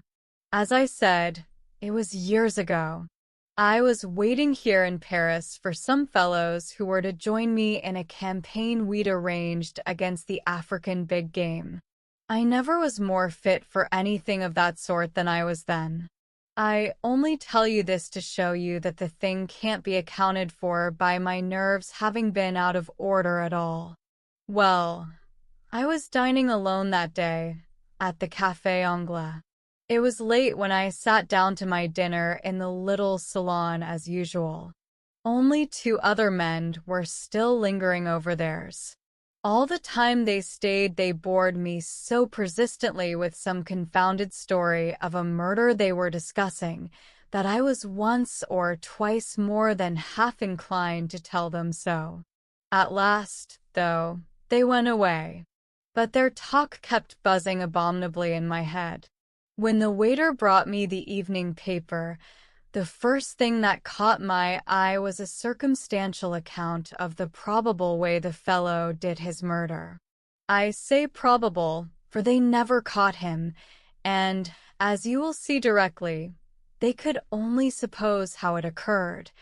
It seemed that a well-known Paris banker, who was ascertained beyond doubt to have left one station alive and well, and with a couple of 100,000 francs in a leathern sack under his seat, arrived at the next station the train stopped at with his throat cut and minus all his money, except a few banknotes to no great amount, which the assassin had been wise enough to leave behind him. The train was a night express on one of the southern lines. The banker traveled quite alone, in a first-class carriage, and the murder must have taken place between midnight and 1 a.m. next morning. The newspapers supposed, rightly enough, I think, that the murderer must have entered the carriage from without, stabbed his victim in his sleep. There were no signs of any struggle. Opened the sack, taken what he wanted, and retreated, loot and all, by the way he came. I fully endorse my particular writer's opinion that the murderer was an uncommonly cool and clever individual, especially as I fancy he got clear off and was never afterward laid hands on. When I had done that, I thought I had done with the affair altogether. Not at all. I was regularly ridden with this confounded murder. You see, the banker was rather a swell. Everybody knew him, and that, of course, made it so shocking. So everybody kept talking about him. They were talking about him at the opera and over the baccarat and billard at La Topaz's later. To escape him, I went to bed and smoked myself to sleep. And then a queer thing came to pass. I had a dream, I who never dream, and this is what I dreamed. I saw a wide, rich country that I knew. A starless night hung over it like a pall. I saw a narrow track running through it, straight, both ways for leagues. Something sped along this track with a hurtling rush and roar. This something that at first had looked like a red-eyed devil, with dark sides full of dim fire, resolved itself, as I watched it, presently, into a more conventional night express train.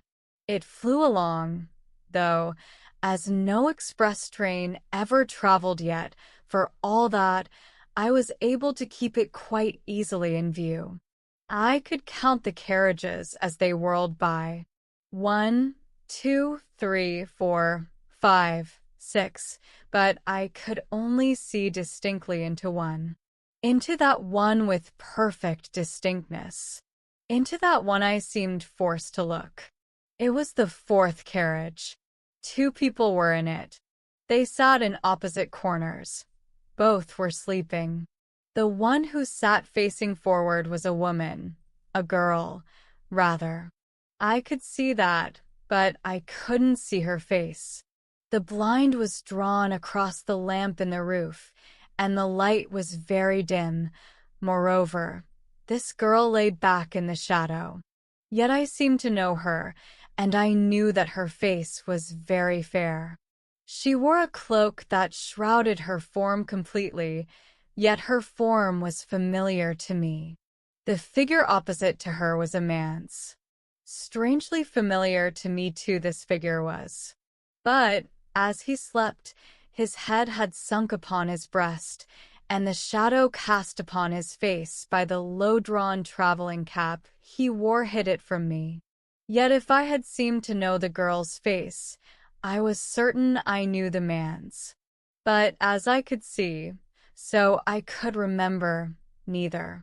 And there was an absolute torture in this which I can't explain to you, in this inability and in my inability to wake them from their sleep. From the first I had been conscious of a desire to do that. This desire grew stronger every second. I tried to call to them, and my tongue wouldn't move.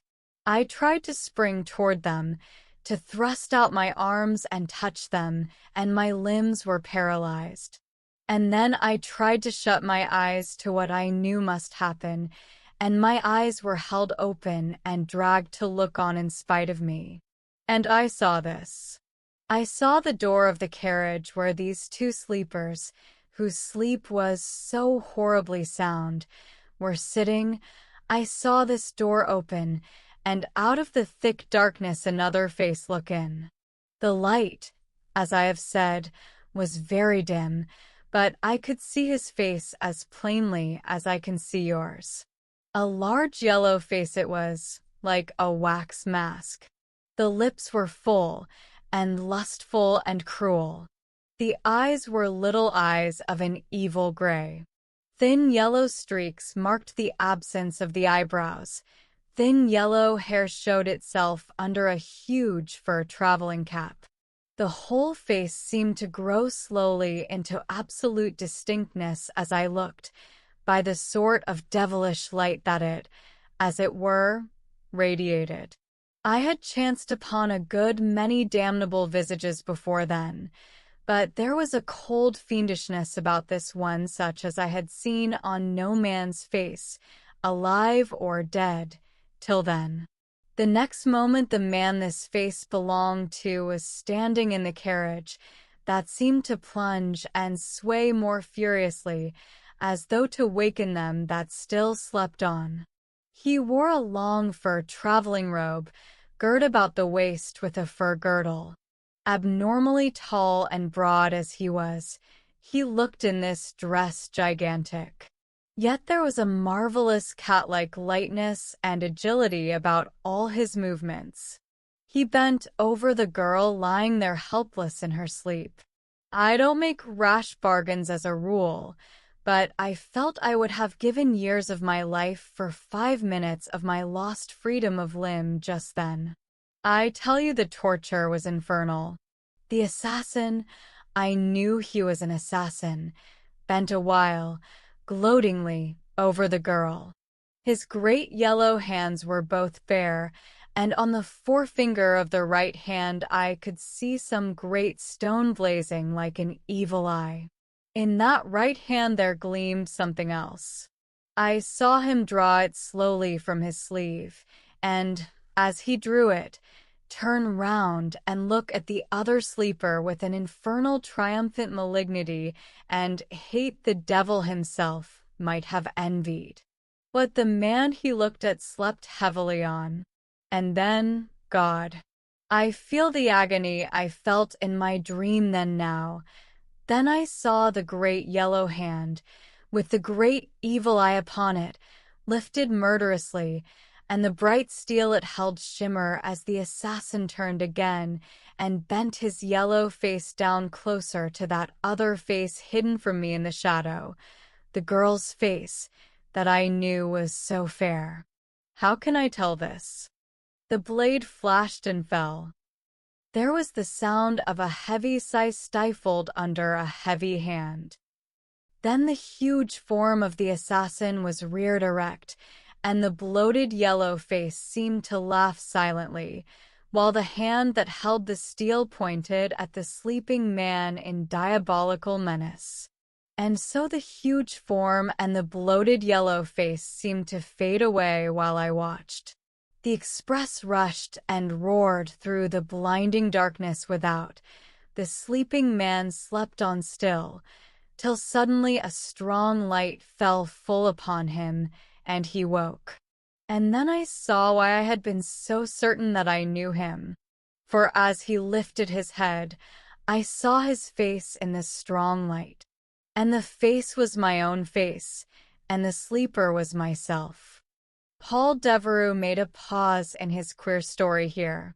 Except when he had spoken of the girl, he had spoken in his usual cool, hard way.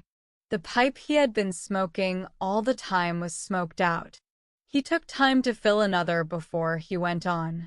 I said never a word, for I guessed who the sleeping girl was. Well, Paul remarked presently, that was a devilish queer dream, wasn't it? You'll account for it by telling me I'd been so pestered with the story of the banker's murder that I naturally had nightmare, perhaps, too, that my digestion was out of order. Call it a nightmare, call it dyspepsia, if you like. I don't, but you'll see why I don't directly. At the same moment that my dream self awoke in my dream, my actual self woke in reality, and with the same ghastly horror. I say the same horror, for neither then nor afterward could I separate my one self from my other self. They seemed identical, so that this queer dream made a more lasting impression upon me than you'd think. However, in the life I led, that sort of thing couldn't last very long. Before I came back from Africa, I had utterly forgotten all about it. Before I left Paris, though, and while it was quite fresh in my memory, I sketched the big murderer just as I had seen him in my dream. The great yellow face, the great broad frame in the fur traveling robe, the great hand with the great evil eye upon it, everything, carefully and minutely, as though I had been going to paint a portrait that I wanted to make lifelike. I think at the time I had some such intention. If I had, I never fulfilled it. But I made the sketch, as I say, carefully, and then I forgot all about it. Time passed, 3 years nearly. I was wintering in the south of France that year. There it was that I met her, Lucille. Old Davray, her father, and I had met before in Algeria. He was dying now. He left the child on his deathbed to me. The end was I married her. Poor little thing. I think I might have made her happy, who knows. She used to tell me often she was happy with me. Poor little thing. Well, we were to come straight to London. That was Lucille's notion. She wanted to go to my London first, nowhere else. Now I would rather have gone anywhere else, but, naturally, I let the child have her way. She seemed nervously eager about it, I remembered afterward, seemed to have a nervous objection to every other place I proposed. But I saw or suspected nothing to make me question her very closely, or the reasons for her preference for our grimy old pandemonium. What could I suspect? Not the truth. If I only had. If I had only guessed what it was that made her, as she said, long to be safe there already. Safe. What had she to fear with me? Ah, what indeed? So we started on our journey to England.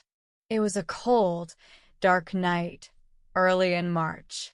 We reached Lyons somewhere about 7. I should have stayed there that night but for Lucille.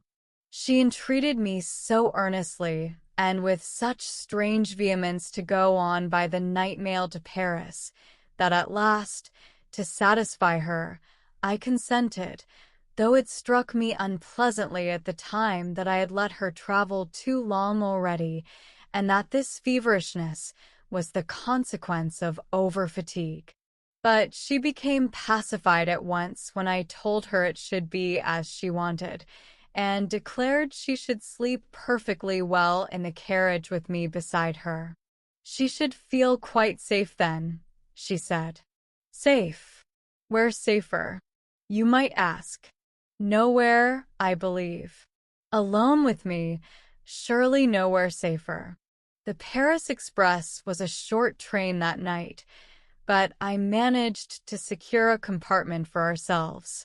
I left Lucille in her corner there while I went across to the buffet to fill a flask.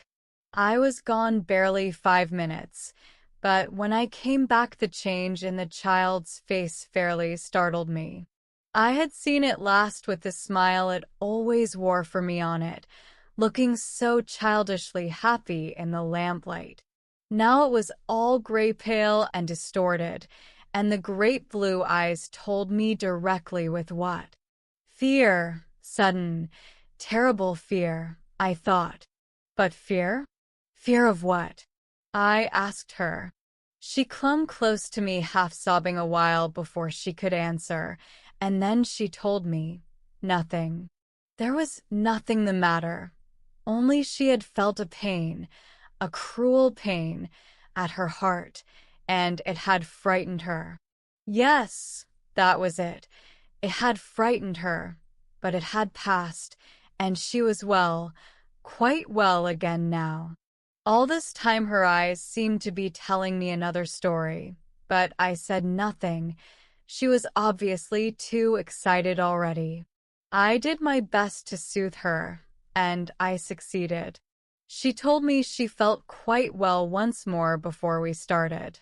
No, she had much rather go on to Paris, as I had promised her she should. She should sleep all the way, if no one came into the carriage to disturb her. No one could come in? Then nothing could be better. And so it was that she and I started that night by the Paris mail. I made her up a bed of rugs and wraps upon the cushions, but she had rather rest her head upon my shoulder, she said, and feel my arm about her. Nothing could hurt her then. Ah, strange how she harped on that.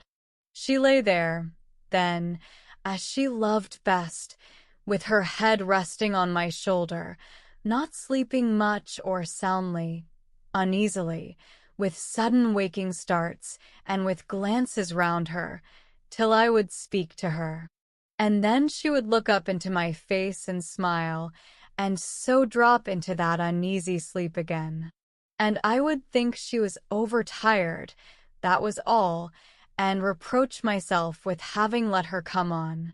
And 3 or 4 hours passed like this, and then we had got as far as Dijon. But the child was fairly worn out now, and she offered no opposition when I asked her to let me pillow her head on something softer than my shoulder. So I folded a great thick shawl she was too well cloaked to need, and she made that her pillow. We were rushing full swing through the wild, dark night, when she lifted up her face and bade me kiss her and bid her sleep well.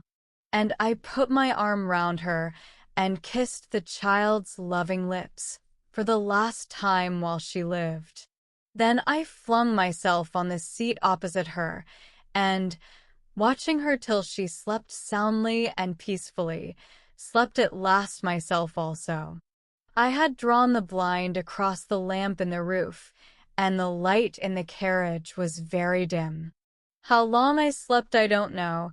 It couldn't have been more than an hour and a half, because the express was slackening speed for its first halt beyond Dijon. I had slept heavily, I knew, but I woke with a sudden, sharp sense of danger that made me broad awake and strung every nerve in a moment. The sort of feeling you have when you wake on a prairie where you have come across Indian sign, on outpost duty, when your Feldwebel plucks gently at your cloak. You know what I mean. I was on my feet at once. As I said, the light in the carriage was very dim, and the shadow was deepest where Lucille lay. I looked there instinctively. She must have moved in her sleep, for her face was turned away from me, and the cloak I had put so carefully about her had partly fallen off. But she slept on still, only soundly, very soundly. She scarcely seemed to breathe. And did she breathe? A ghastly fear ran through my blood and froze it. I understood why I had wakened. In my nostrils was an awful odor that I knew well enough.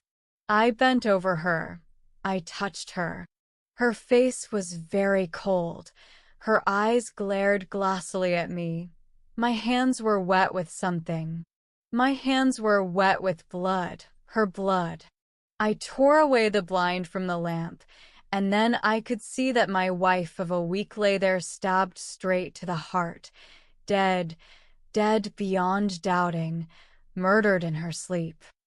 Devereux's stern, low voice shook ever so little as he spoke those last words, and we both sat very silent after them for a good while. Only when he could trust his utterance again, he went on. A curious piece of devilry, wasn't it? That child. Whom had she ever harmed? Who could hate her like this? I remember I thought that, in a dull, confused sort of way, when I found myself alone in that carriage with her lying dead on the cushions before me. Alone with her, you understand? It was confusing. I pass over what immediately followed. The express came duly to a halt, and then I called people to me, and the Paris express went on without that particular carriage. The inquiry began before some local authority next day. Very little came of it. What could come of it? Unless they had convicted me of the murder of this child, I would have given my own life to save. They might have done that at home, but they knew better here and didn't. They couldn't find me the actual assassin, however, though I believe they did their best. All they found was his weapon, which he most purposely have left behind. I asked for this and got it. It gave their police no clue, and it gave me none. But I had a fancy for it. It was a plain, double-edged, admirably tempered dagger, a very workmanlike article indeed. On the cross hilt of it I swore one day that I would live thenceforth for one thing alone, the discovery of the murderer of old Davrias' child, whom I had promised him to care for before all. When I had found this man, whoever he was, I also swore that I would kill him. Kill him myself, you understand, without any of the law's delay or uncertainty, without troubling bureau or hangman. Kill him as he had killed her. To do this was what I meant to live for. There was war to the knife between him and me. I started, of course, under one heavy disadvantage. He knew me, probably, whereas I didn't know him at all. When he found that his amiable intention of fixing the crime on me had been frustrated, it must, I imagined, have occurred to him that the said crime might eventually be fixed by me on him. And he had proved himself to be a person who didn't stick at trifles. It behooved me, therefore, to go to work cautiously. But I hadn't fought Indians for nothing, and I was very cautious. I veitet kviet til I gotta clue. It was a curious one, and I got it in this way. It struck me one day, suddenly, that I had heard of a murder precisely similar to this already. I could not at first call the thing to mind, but presently I remembered my dream. And then I asked myself this: had not this murder been done before my eyes 3 years ago? I came to the conclusion that the circumstances of the murder in my dream were absolutely identical with the circumstances of the actual crime. Yes, the girl whose face in that dream I had never been able to see was Lucille. Yes, the assassin whose face I had seen so plainly in that dream was the real assassin. In short, I believe that the murder had been rehearsed before me 3 years previous to its actual committal. Now this sounds rather wild, yet I came to this conviction quite coolly and deliberately. It was a conviction. Assuming it to be true, the odds against me grew shorter directly, for I had the portrait of the man I wanted drawn by myself the day after I had seen him in my dream. And the original of that portrait was a man not to be easily mistaken, supposing him to exist at all. The day I came across that sketch of him in that old forgotten sketchbook of mine, I was as sure he did exist as that I was alive myself. What I had to do was to find this man, and then I never doubted I should find the man I wanted. You see how the odds had shortened. If he knew me, I knew him now, and he had no notion that I did know him. It was a good deal fairer fight between us. I fought it out alone. My story was hardly one the Rue de Jerusalem would have acted upon, and, besides, I wanted no interference. So, with the portrait before me, I sat down and began to consider who this man was and why he had murdered that child. The big, burly frame, the heavy yellow face, the sandy yellow hair, the physiognomy generally, was Teutonic. My man I put down as a North German. Now there were, and are probably, plenty of men who would have no objection whatever to put a knife into me if they got the chance, but this man, whom I had never met, could have had no such quarrel as theirs with me. His quarrel with me must have been, then, Lucille. Yes, that was it, Lucille. I began to see clearly. A thwarted, devilish passion, a cool, infernal revenge. The child had feared something of this sort, had perhaps seen him that night. This explained her nervous terror, her nervous anxiety to stop nowhere, to travel on. In that carriage of that express train, alone with me, where could she be safer? This accounted, too, for her anxiety to reach England. He would not dare follow her there, she had thought, or, at least, could not without my noticing him. And then she would have told me. She had not told me before, evidently, because she had feared for me too, in a quarrel with this man. She must, innocent child as she was, have had some instinctive knowledge of what he was capable. A cool, infernal revenge, indeed. To kill her, to fix the murder on me. That dagger he had left behind. The apparent impossibility of anyone's entering the carriage as he must have entered it at all, to say nothing of the almost absolute impossibility of his doing so without disturbing either of us. You see, it might have gone hard with me if a British jury had had to decide on the case.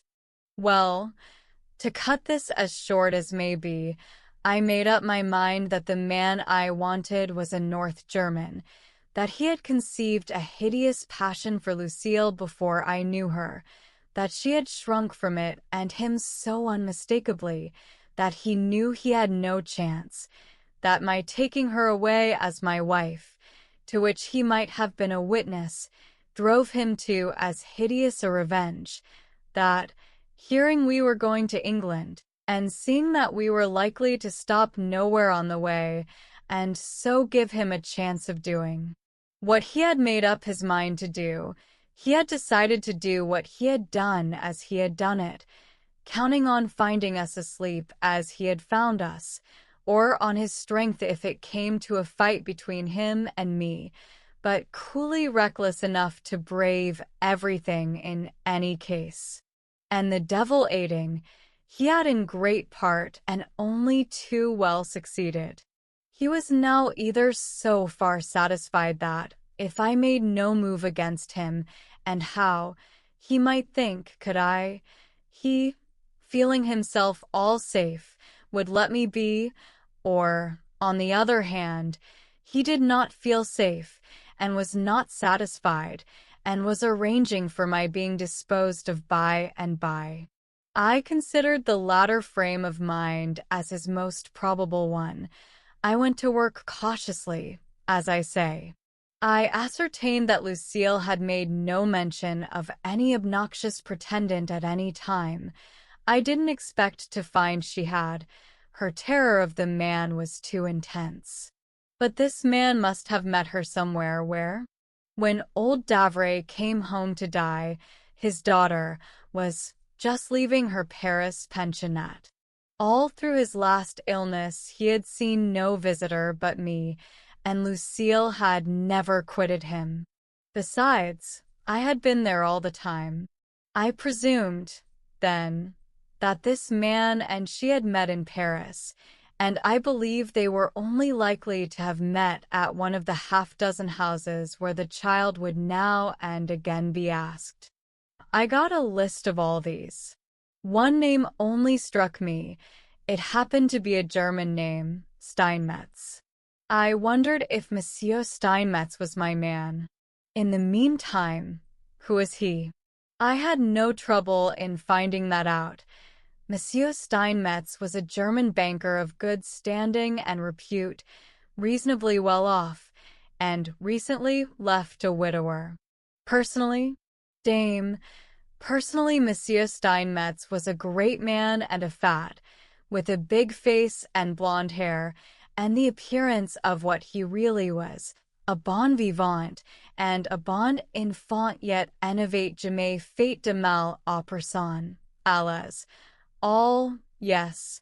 In effect, Madame had died about a year ago, and Monsieur had been inconsolable for a long time. He had changed his residence now, and inhabited a house in one of the new streets off the Champs-Élysées.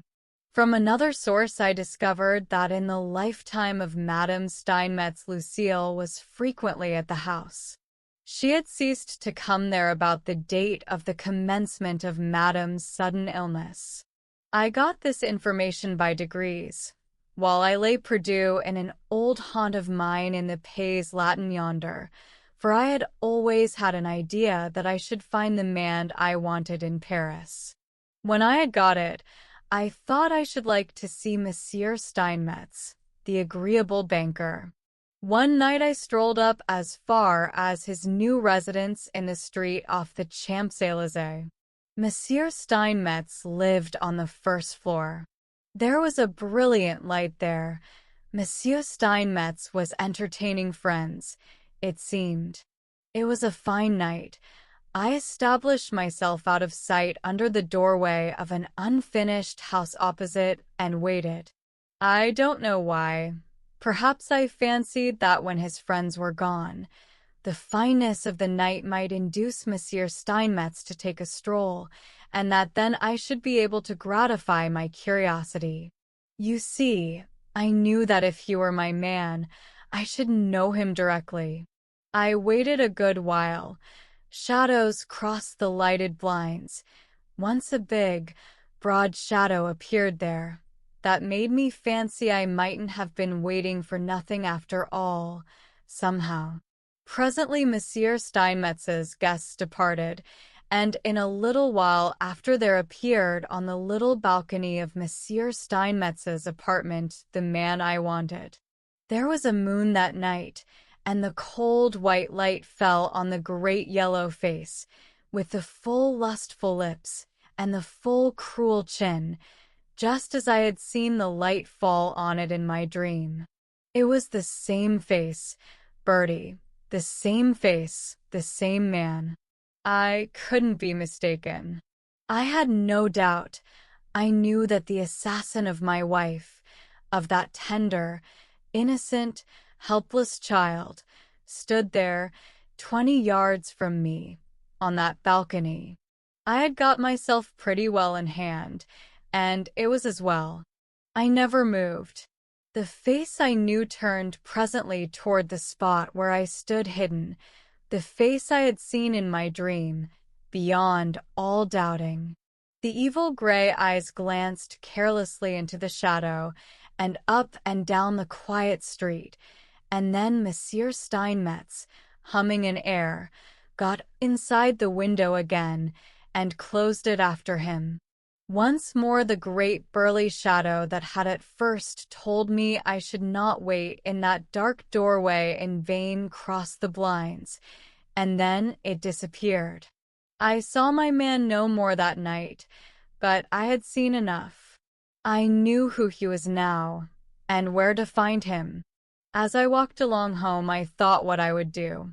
I quite meant to kill Monsieur Steinmetz, but I also meant to have no demels with an imperial procureur and the Cour d'Assizes for doing so.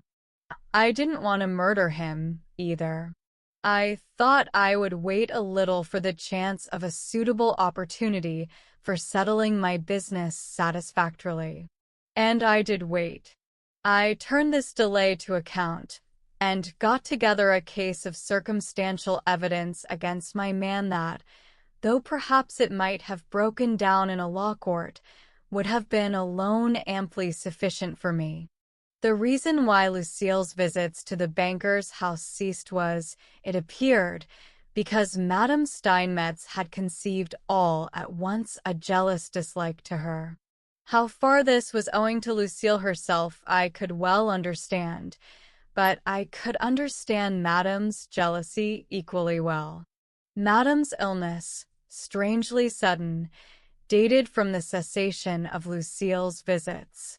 Was it hard to find a cause for that illness, a cause for the wife's subsequent suspected death?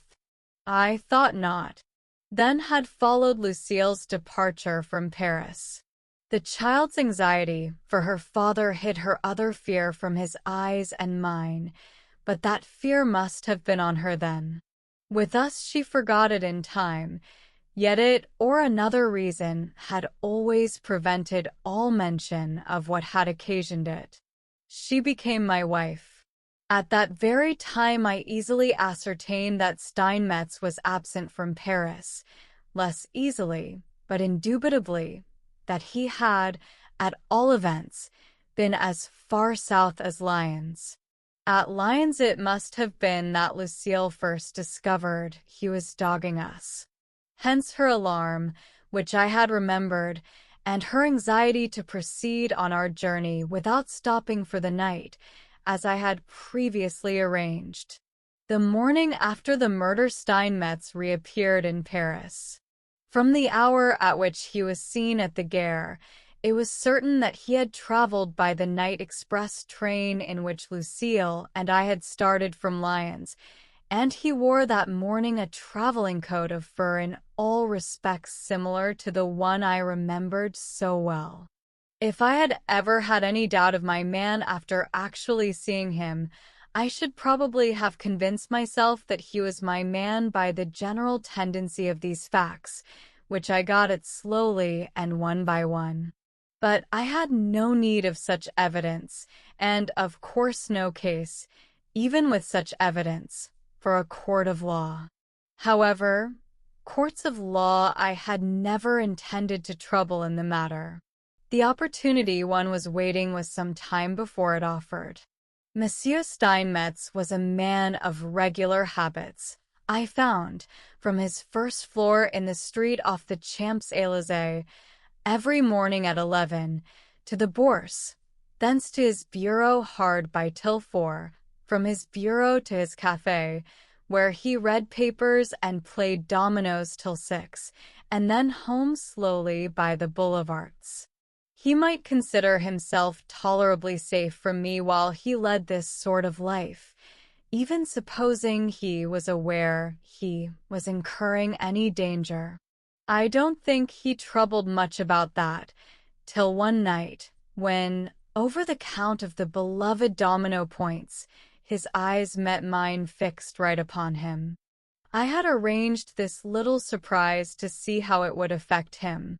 Perhaps my gaze may have expressed something more than the mere distraction I intended, but I noticed, though a more indifferent observer might easily have failed to notice, how the great yellow face, expanded in childish interest in the childish game, seemed suddenly to grow gray and harden, how the fat smile became a cruel baring of sharp white teeth, how the fat chin squared itself.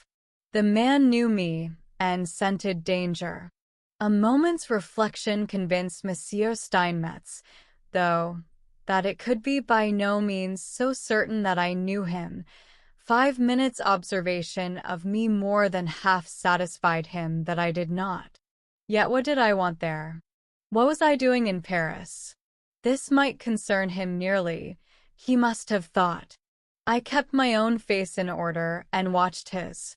It wasn't an easy one to read, but you see I had studied it closely, and in a way he couldn't have dreamed of. Monsieur Steinmetz was outwardly his wonted self, but inwardly not quite comfortable when he rose, and I saw the evil eye gleam on his great yellow finger as he took out his purse to pay the garçon, just as I had seen it when that finger pointed at myself in my dream. I felt curious sensations, Bertie, as I sat there and looked abstractedly at Monsieur Steinmetz. I wondered how long it would be before, but my time hadn't come yet. He went out without another glance at me.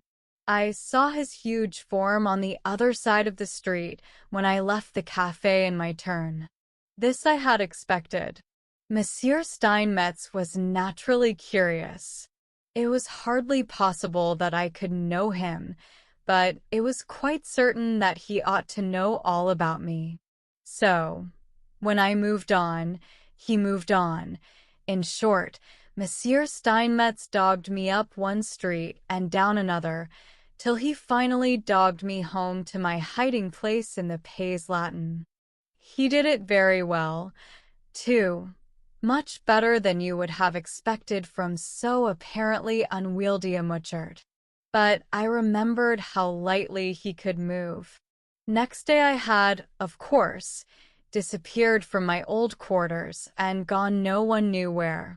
I suppose Monsieur Steinmetz didn't like this fact when he heard of it. It might have seemed suspicious. Suppose I had recognized him? In that case I had evidently a little game of my own, and was as evidently desirous to keep it dark. He was a cool hand, but I fancy my man began to get a little uneasy. He took some trouble to find me again. After a while, I permitted him to do that. Once found, he seemed determined that I should not be lost sight of again for want of watching. I permitted that, too. It helped play my game, and I wanted to bring it to an end. To which intent, Monsieur Steinmetz got to hear from sources best known to himself as much of my plans as should bring him to the state I wanted. That was a murderous state.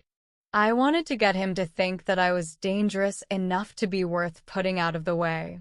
I presume he was aware there were, or would be, weak joints in his armor, impenetrable as it seemed, and he preferred not risking the ordeal of legal battle if he could help it.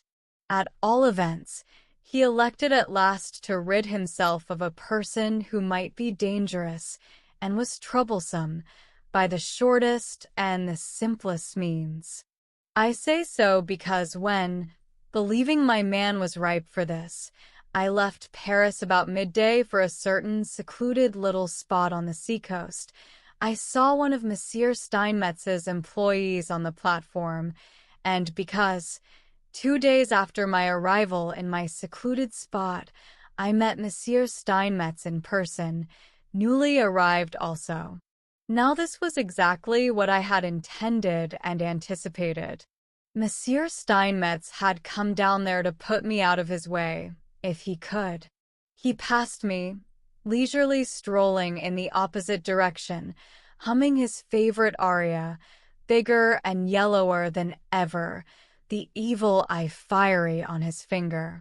His own eyes shot me as evil fire, but he said nothing. I saw he was ripe, though. My time was close at hand. It came. Monsieur Steinmetz and I met once more in the very place where I, knowing my ground, had intended we should meet. It was a dip in the cliffs like a hollowed palm, and just there the cliff jutted out a good bit, with a sheer fall on to the rocks below. It was a gray afternoon, at the end of summer. The wind was rising fast. There was a thunder of heavy waves already. I think he had been dogging me, but I hadn't chosen to let him get up to me till now. We were quite out of sight when he had reached the level bottom of the dip, where I had halted, quite out of sight and quite alone. To do him justice, he came on steadily enough. His face was liker the sketch I had made of it, liker the face I had seen in my dream, than it had ever looked before. Evidently, he had made up his mind. At last, then. Well, I had been waiting long. He was close beside me. Ah, bonjour, cher Monsieur Steinmetz. So, he said, his little eyes contracting like a cobra's. Ah, Monsieur knows my name. Among other things about you, yes. So, the yellow face was turning grayer and harder every minute, liker and liker to my likeness of it. And what other things? Has it never appeared to you that this you do, have been doing, this meddling, may be dangerous, Hein? He had changed his tone, as he had changed the person in which he addressed me. Yes, he had certainly made up his mind. And his big right hand was hidden inside his waistcoat, so that I could not see the evil eye I knew was on his finger. Dangerous? He repeated slowly. Possibly. Surely, I shall crush you. Try. In good time wait. You plot against me. Take care. I am strong, I warn you. There must be an end of this. You understand, or... He nodded his big head significantly. You are right, I told him. There must be an end. It is coming. So... Yes, I know you. You know me now. I know you. What do you want? To kill you. So... Yes, as you killed her. As I killed her? That is it, then? You know that. I know that. Well, it is true. I killed her. Now you can guess what I am going to do to you. To you? Curse you. Whom she loved. The very face I had seen in my dream now. Bertie, the very face. There was something besides the evil eye that gleamed in his right hand when he drew it from his breast. Once more he spoke. Yes, I killed her. I meant worse for you. You escaped that, but you will not escape me now. Fool! Were you mad to do this? Did not I hate you enough? And I would have let you be. Die then, if you will have it so. His heavy right arm swung high as he spoke, and I saw the sharp steel gleam as it turned to fall. And I twisted from his grip, and caught the falling arm, and bent it till the dagger dropped to the ground. And then, for a fierce, desperate, devilish minute, I had him in my clutch, dragging him nearer the smooth, slippery edge. He was no match for me at this, I knew, and he knew. But he held me with the hold of his despair, and I could not loose myself. Both of us together, he meant, but not I. Yet I only freed myself just as he rolled exhausted, but clutching at the tough, short bushes wildly, toward the brink and partly over it. Only the hold of his hands between him and his death. And I knelt above him, with the knife in my hand that was stained with her blood. The great yellow face, ashen now in its mortal agony, looked silently up at me for 3 or 4 awful seconds, and then it disappeared. Bah! Paul concluded that was the end of it. Part 4. Catherine's Quest. Imagine to yourself an old, rambling, red brick house, with odd corners and gables here and there, all bound and clasped together with ivy, and you have Craymore Grange. It was built long before Queen Elizabeth's time, and that illustrious monarch is said to have slept in it in one of her royal progresses, as where has she not slept? There still remain some remnants of bygone ages, although it has been much modernized and added to in later days. Among these are the brewhouse and laundry, formerly, it is said, dining hall and ballroom. The latter of these is chiefly remarkable for an immense arched window, such as you see in churches, with 5 lights. When we came to the grange, this window had been partially blocked up, and in front of it, up to 1/3 of its height, was a wooden dais or platform on which stood a cumbrous mangle, left there, I suppose, by the last tenants of the house. Of these last tenants we knew very little, for it was so long since it had been inhabited that the oldest authority in the village could not remember it. There were, however, some half-defaced monuments in the village church of Craymore, bearing the figures and escutcheons of knights and dames of the old family, as the villagers said, but the inscriptions were worn and almost illegible, and for some time we none of us took the pains to decipher them. We first came to Craymore Grange in the summer of 1849, my husband having discovered the place in one of his rambles and taken a fancy to it. At first I certainly thought we could never make it our home. It was so dilapidated and tumble down. But by the time winter came on we had had several repairs done and alterations made, and the rooms really became quite presentable.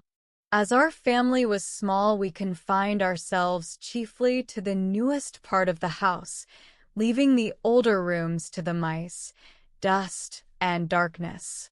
We made use of 2 of the old rooms, however, one as a servant's bedroom and the other as an extra spare chamber, in case of many visitors. For myself, though I hope I am neither nervous nor superstitious, I confess that I would rather sleep in our wing, as we called the part of the house we inhabited, than in any of the old rooms.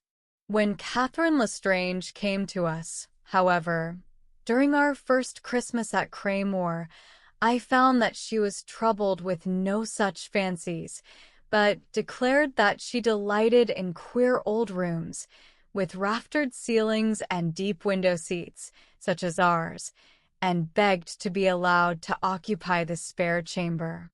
This I readily acceded to, as we had several visitors, and needed all the available rooms.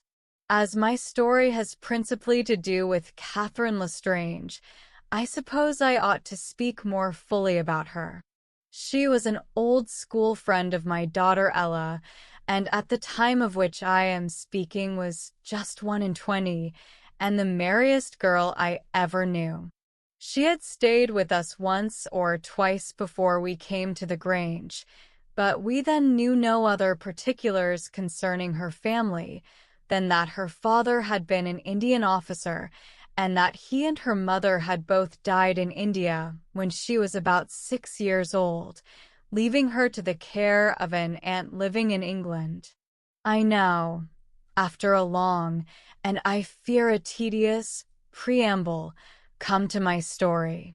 On the eve of the new year of 1850, Catherine had a very bad sore throat, and was obliged, though sorely against her inclination, to stay in bed all day, and forego our small evening gaiety. At about 6 p.m., Ella took her some tea, and fearing she would be dull, offered to stay with her during the evening. This, however, Catherine would not hear of. "You go and entertain your company," said she laughingly, "and leave me to my own devices. I feel very lazy, and I dare say I shall go to sleep." As she had not slept much on the preceding night, Ella thought it was the best thing she could do.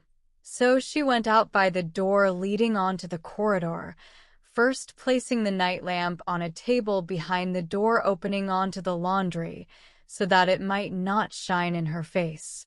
She did not again visit Catherine's room until reminded to do so by my son George at about 10:30. She then rapped at the door, and receiving no answer, opened it softly and approached the bed. Catherine lay quite still, and Ella imagined her to be asleep.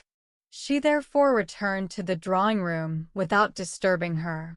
As it was New Year's Eve, we stayed up to see the old year out and the new year in, and at a few minutes to 12 we all gathered round the open window on the stairs to hear the chimes ring out from the village church. We were all listening breathlessly as the hall clock struck 12, when a piercing cry suddenly echoed through the house, causing us all to start in alarm.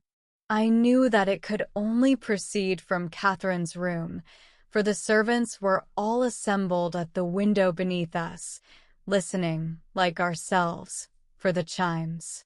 Thither therefore I flew, followed by Ella, and we found poor Catherine in a truly pitiable state.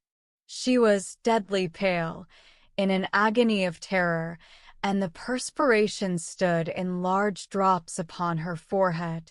It was some time before we could succeed at all in composing her, and her first words were to implore us to take her into another room. She was too weak to stand, so we wrapped her in blankets and carried her into Ella's bedroom. I noticed that as she was taken through the laundry she shuddered and put her hands before her eyes. When she was laid on Ella's bed she grew calmer and apologized for the trouble she had caused, saying that she had had a dreadful dream. With this explanation we were fain to be content, though I thought it hardly accounted for her excessive terror. I had observed, however, that any allusion to what had passed caused her to tremble and turn pale again, and I thought it best to refrain from exciting her further. When morning came I found Catherine almost her usual self again, but I persuaded her to remain in bed until the evening, as her cold was not much better. Ella's curiosity to hear the dream which had so much excited her friend could now no longer be restrained, but whenever she asked to hear it, Catherine said, "Not now, another time, perhaps I may tell you." When she came down to dinner in the evening, we noticed that she was peculiarly silent, and we endeavored to rally her into her usual spirits, but in vain. She tried to laugh and to appear merry, poor child, but there was evidently something on her mind. At last, as we all sat round the fire after dinner, she spoke. She addressed herself to my husband, but the tone of her voice caused us all to listen. "Mr. Fanshawe, I have something to ask of you," said she, and then paused. "Ask on," said Mr. Fanshawe. "I know that you will think the request I am going to make a peculiar one, but I have a particular reason for making it," continued she. "It is that you will have the wooden dais in front of the laundry window removed." Mr. Fanshawe certainly was taken aback, as were we all. When he had mastered his bewilderment and assured himself that he had heard aright. "It is, indeed, a strange request, my dear Catherine," said he. "What can be your reason for asking such a thing?" "If you will only have it done and not question me, you will understand my reason," answered Catherine. Mr. Fanshawe demurred, however, thinking it some foolish whim, and at last Catherine said, "I must tell you why I wish it done, then. I am sure we shall discover something underneath." At this we all looked at one another in extreme bewilderment. Discover something underneath? No doubt we should. Cobwebs, probably, and dust and spiders, answered Mr. Fanshawe, much amused. But Catherine was not to be laughed down. "Only do as I wish," said she beseechingly, "and you will see. If you find nothing underneath the dais but cobwebs and dust, then you may laugh at me as much as you like." and I saw that she was serious, for tears were actually gathering in her eyes. Of course, we were all very anxious to know what Catherine expected to find, and how she came to suspect that there was anything to be found, but she would not say, and begged us all not to question her. And now George took upon himself to interfere.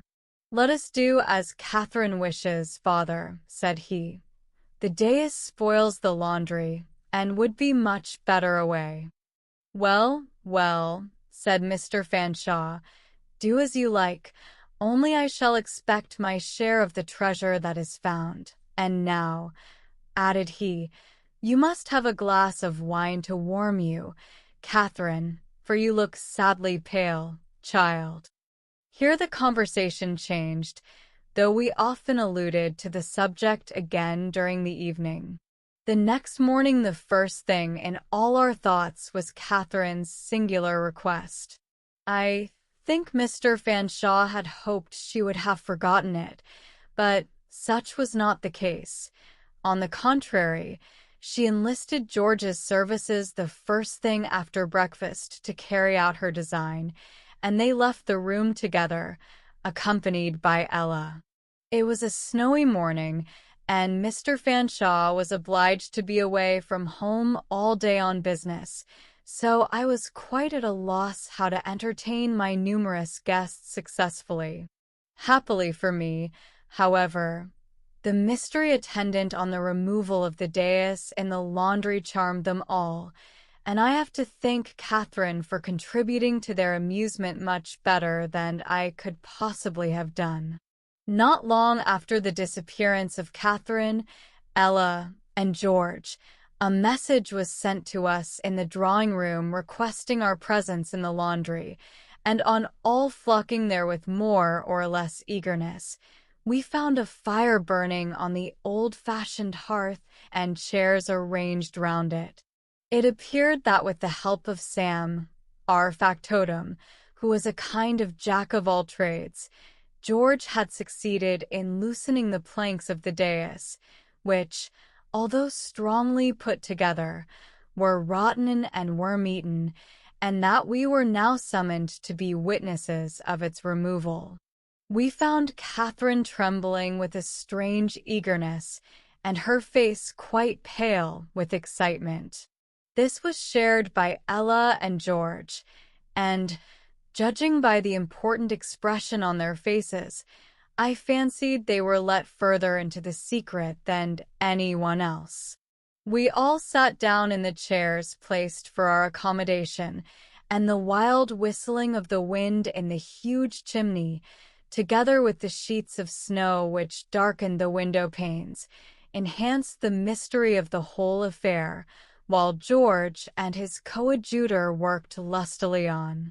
At length, after a great deal of panting and puffing, George was heard to exclaim, "Now for the tug-of-war," and there followed a minute's pause, and then a crash as the loosened planks were torn asunder, and a cloud of dust enveloped both workmen and spectators. Involuntarily we all started forward, and a moment of the direst confusion ensued, during which the boys of our party greatly endangered their limbs among the broken boards. "By George," exclaimed my son at last, in his eagerness invoking his patron saint, as he stumbled upon something, "there is something here and no mistake," and, hastily clearing away the rubbish and clinging cobwebs, he disclosed to view what proved on examination to be an immense oaken chest, about 4 feet in height, heavily carved, and ornamented with brass moldings corroded with age and damp. Here was a piece of excitement indeed. Never in my most imaginative moments had I thought of anything so mysterious as this. The most skeptical among us grew interested. "Oh, do open it," cried Ella, when the first exclamations of surprise were over. "Easier to say than to do, miss," replied Sam, exerting his Herculean strength in vain. With the aid of a hammer and the kitchen poker, however, he at last succeeded in forcing it open. We all pressed forward eagerly to peer inside. There was something in it certainly, but we none of us could determine what, until Sam, who was the boldest of us all, thrust in his hand and brought forth something which caused the bravest to start with horror, while poor Catherine sank down, white and trembling, upon the littered floor. It was a bone, to which adhered fragments of decaying silk. The consternation and conjectures which followed can be better imagined than described.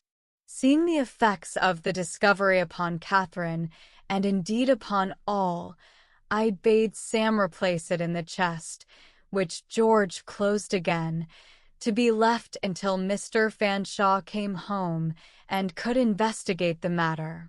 The rest of the day I passed in attending to Catherine, who seemed much shocked and overcome by what she had seen, and in trying to divert my guest's thoughts from the subject and dispel the gloom which had gathered over all. In this I succeeded only partially, and never did I welcome my husband's return more gladly than on that evening. On his arrival, I would not let him be disturbed by the relation of what had happened until he had finished his dinner, and it was not till we were gathered as usual round the fire that George related the whole story to him. When he ended, the two gentlemen left the room together, in order that Mr. Fanshawe might verify by his own eyes what he would hardly believe. They were some time gone, and on their return I noticed that my husband held in his hand an old piece of soiled parchment, with moldy seals affixed to it. "We certainly have discovered much more than I thought for, Catherine," said he, "and possibly more than you thought for either." Here he paused for her to reply, but she did not. "The bones are most probably those of some animal," added he. I fancied I could detect a certain anxiety in his tone that belied what he said, but in order to quell the active imaginations which I can see are running away with some of you. Here he looked round with a smile. "I will send for Dr. Driscoll to come and examine them tomorrow. I have also found a piece of parchment in the chest," he added, "but I have not yet looked at its contents." "Before you do that, Mr. Fanshawe, and before you send for the surgeon," interrupted Catherine suddenly in a clear voice, "I think I can tell you all about the bones found in the chest, and how I guessed them to be there."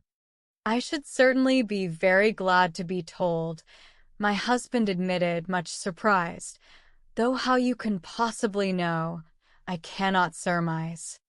"Listen, and I will tell you," answered Catherine, and feeling very glad that our curiosity was at last to be gratified, we all pricked up our ears, as George would say, to listen. I here transcribe Catherine's story word for word, as my son George subsequently wrote it down from her dictation. "You all remember," she began, "my alarming you on New Year's Eve at midnight, and that I told you I was disturbed by a dreadful dream.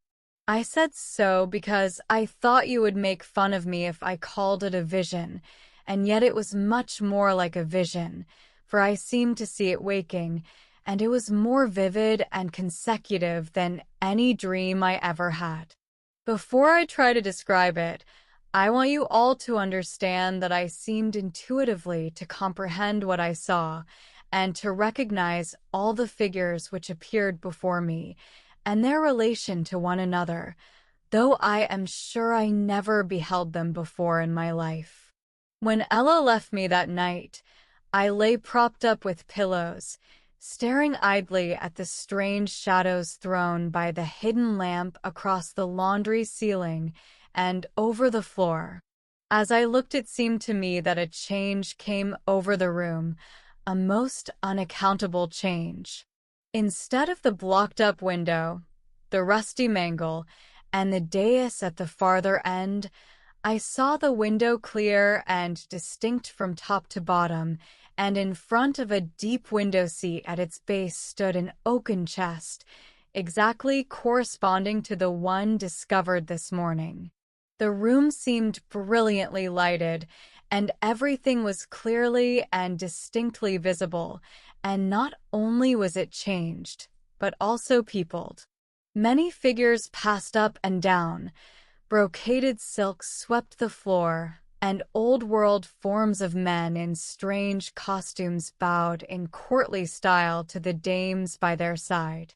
Among all these figures, I noticed only one couple particularly, and I knew them to be bride and bridegroom. The man was tall and broad, with dark hair and eyes, and a sensual and cruel face. He seemed, however, to be quite enslaved by the woman by his side, whom I hardly even now like to think of. There was something to me so repellent in her presence. She was tall and of middle age, and would have been handsome were it not for a sinister expression in her dark flashing eyes, which was enhanced by the black eyebrows which met over them. She reminded me irresistibly of the effigy on the stone monument in Craymore Church, which Ella and I named the Wicked Woman. As I gazed on the strange scene before me, I presently became aware of 3 other figures which I had not noticed before.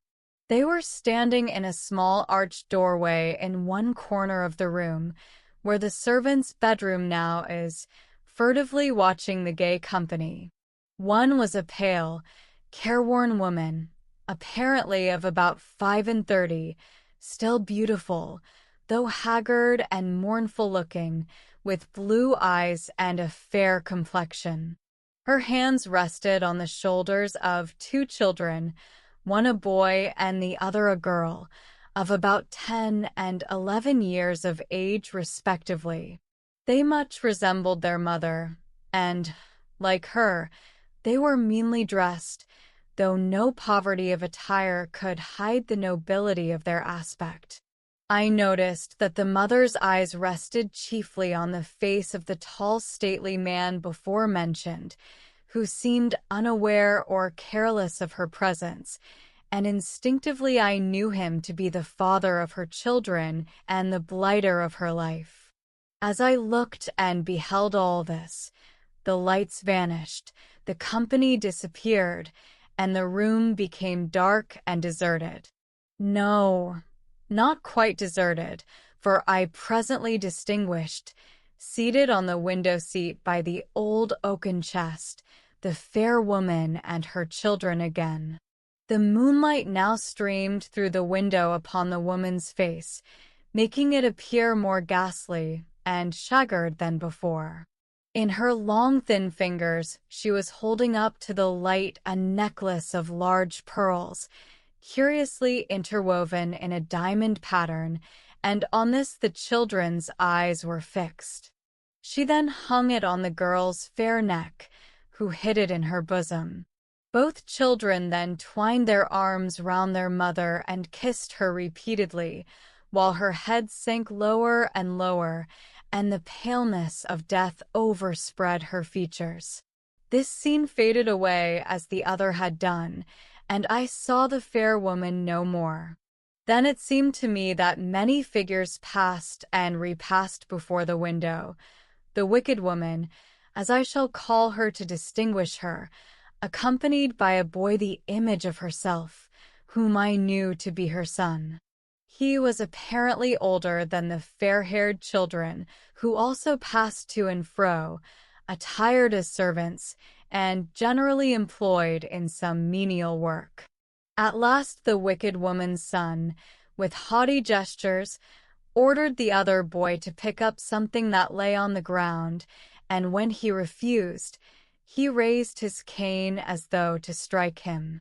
Before he could do so, however, the boy flew at him, and they engaged in a fierce struggle.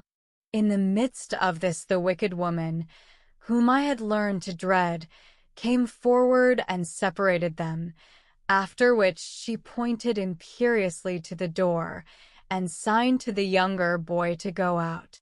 He obeyed her mandate, but first threw his arms round his sister in a last embrace, and she detached the pearl necklace from off her neck and gave it to him.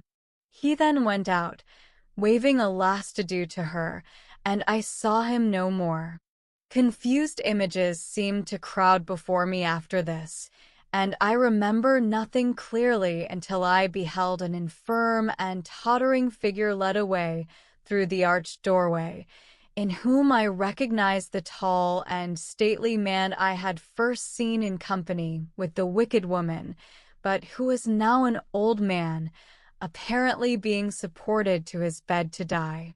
As he passed out, he laid one trembling hand upon the head of the fair girl, now a blooming woman, and a softer shade came over his face. This the wicked woman noted, and she marked her disapproval by a vindictive frown. She also was older looking, but age had in no degree softened her features. On the contrary, they appeared to me to wear a harsher expression than before. In the next scene which came before me, the wicked woman's son was evidently making love to the girl. Both were standing by the old window seat, but her face was resolutely turned away from him, and when she at last looked at him it was with an expression of uncontrollable horror and dislike. Again this scene changed as those before it had done. The young man was gone, and only the light of a grated lantern illumined the room, or rather made darkness visible. The wicked woman was the only occupant of the laundry. She was kneeling by the oaken chest, trying to raise the heavy lid. In her left hand she held a piece of parchment, with large red seals pendant from it. I knew it to be the old man's will which she was hiding, thus defrauding the just claimants of their rights. Her hands trembled, and her whole appearance denoted guilty trepidation. At length, however, the lid was raised, but just as she was about to replace the parchment in the chest, a figure glided silently from a dark corner of the window seat and confronted her. It was the fair girl, pale, resolute, and extending her hand to claim the will. After the first guilty start, which caused her to drop the parchment into the chest, the wicked woman hurriedly tried to close the lid. Her efforts were frustrated, however, by the girl, who leaned with all her force upon it, keeping it back, and still held out her hand as before. There followed a pause, which seemed to me very long, but which could in reality have only lasted a minute. It was broken by the wicked woman, who, hastily casting a glance behind her into the gloom of the darkened chamber, then seized the girl by the arm and dragged her with all her force into the chest. It was but the work of a moment, for the woman was much the more powerful of the two, and the poor victim was too much taken by surprise to make much resistance. I saw one despairing look in her face, as her murderess flashed the lantern before it with a hideous gleam of triumph. Then the lid was pressed down upon her, and I saw no more, only I felt an unutterable terror, and tried in vain to scream. This was not all the vision, however, for before I had mastered my terror the scene was superseded by another. This time it was twilight, and the wicked woman and her son were together. The son seemed to be talking eagerly and grew more and more excited, while the mother stood still and erect, with a malicious smile upon her lips. Presently she moved toward the chest with a fell purpose in her eyes, unlocked it with a key which hung from her girdle, raised the lid, and disclosed the contents. I understood it all now. The son was asking for the girl whom he had loved, and whom on his return home he missed, and the wicked woman, enraged at hearing for the first time that he had loved her, was determined to have her revenge. He should see her again. On beholding the dread contents of the chest, the man staggered back horrified. Then, doubtless comprehending the case, he turned suddenly upon the murderess and threw his arm around her, and there ensued a struggle terrible to witness. Her proud, triumphant glance of malice was now succeeded by one of abject fear, and, as his strength began to gain the mastery, of despair. His iron frame heaved for a moment with the violence of his efforts. The next he had forced her down into the chest upon the moldering body of her victim. I saw her eyes light up with the terror of death for 1 second, and then her screams were stifled forever beneath the massive lid. The horror of this scene was too much for me. I found voice to scream at last, and I suppose it was my cry which alarmed you all.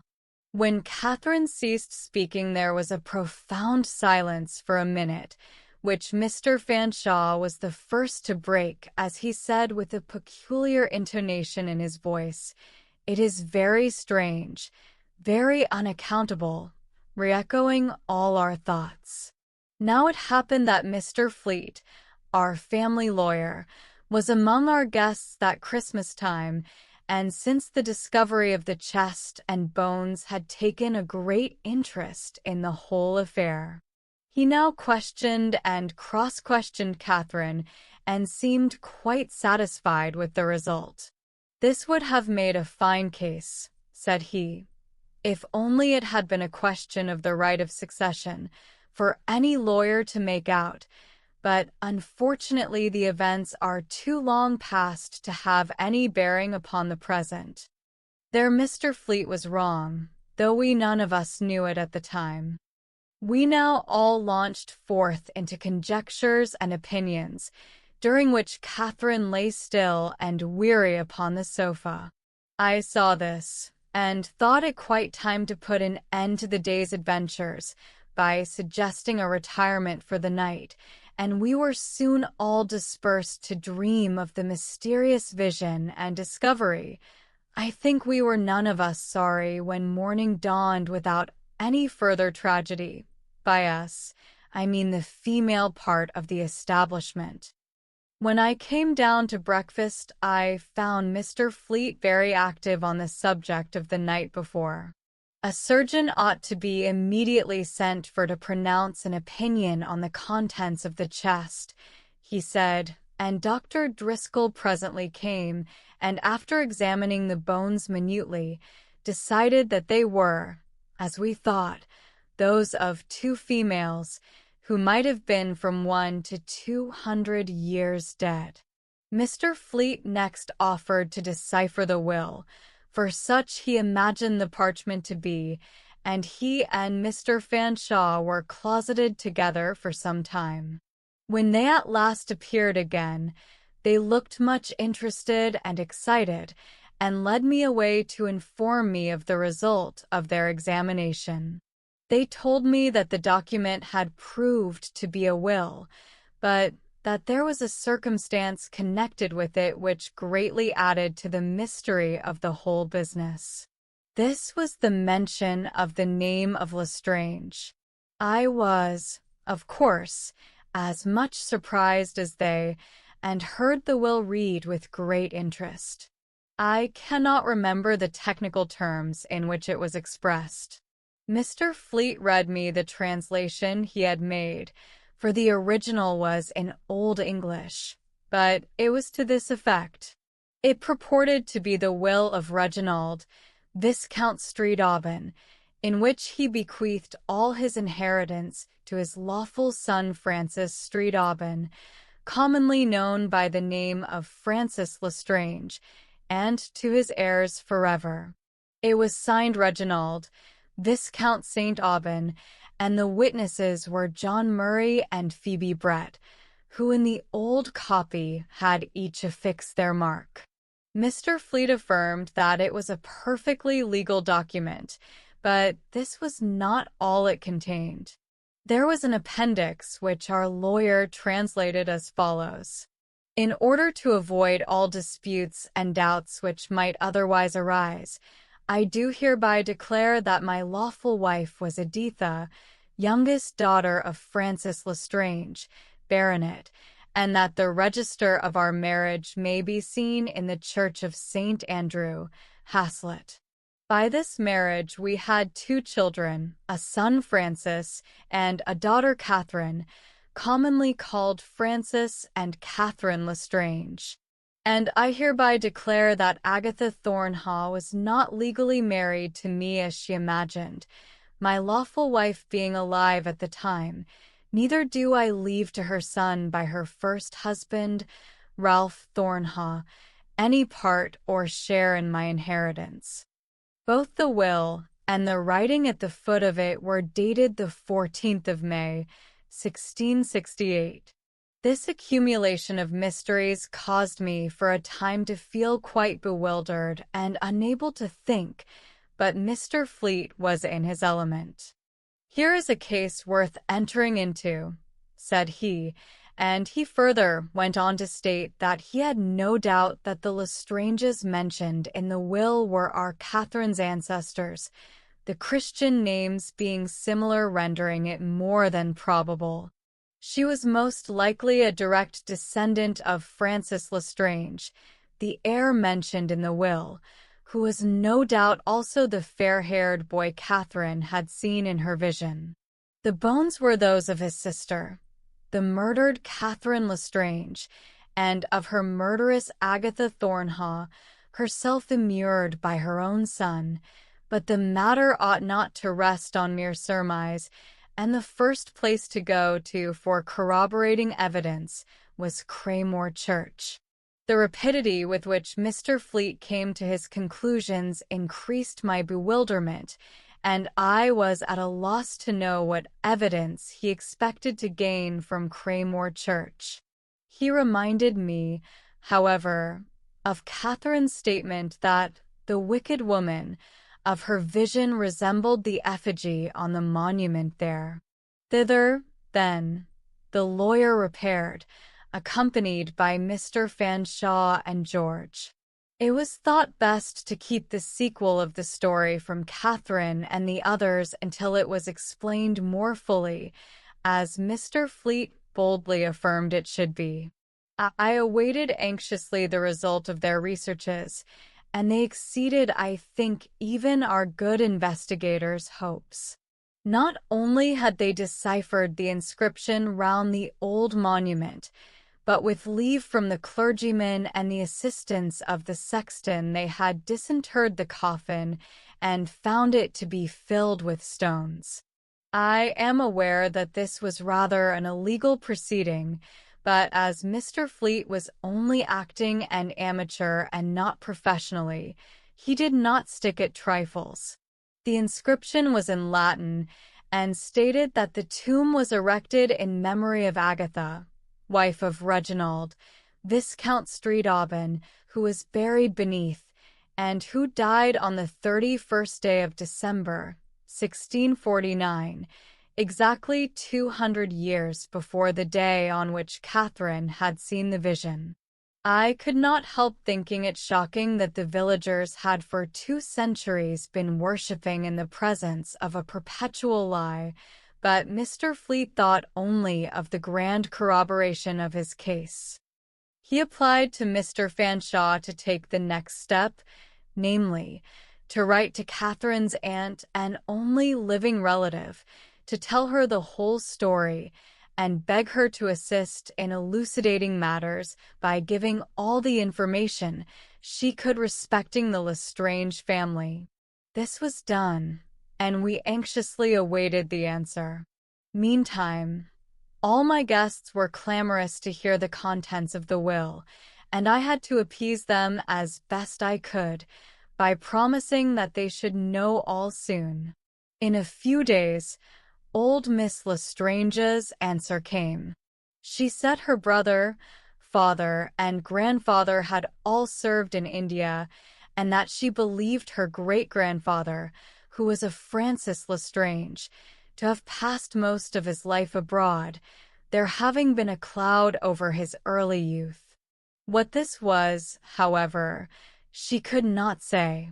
She affirmed that the Lestranges had in old times resided in Shire, and she further stated that her father's family had consisted of herself and her brother, whose only child Catherine was.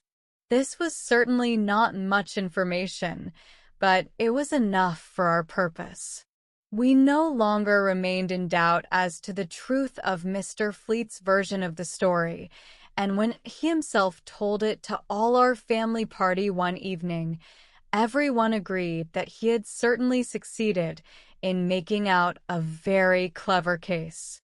As for Catherine, on being told that the figures she had beheld in the vision were thought to be those of her ancestors, she was not so much surprised as I expected, but said that she had had a presentiment all along that the tragedies she had witnessed were in some way connected with her own family.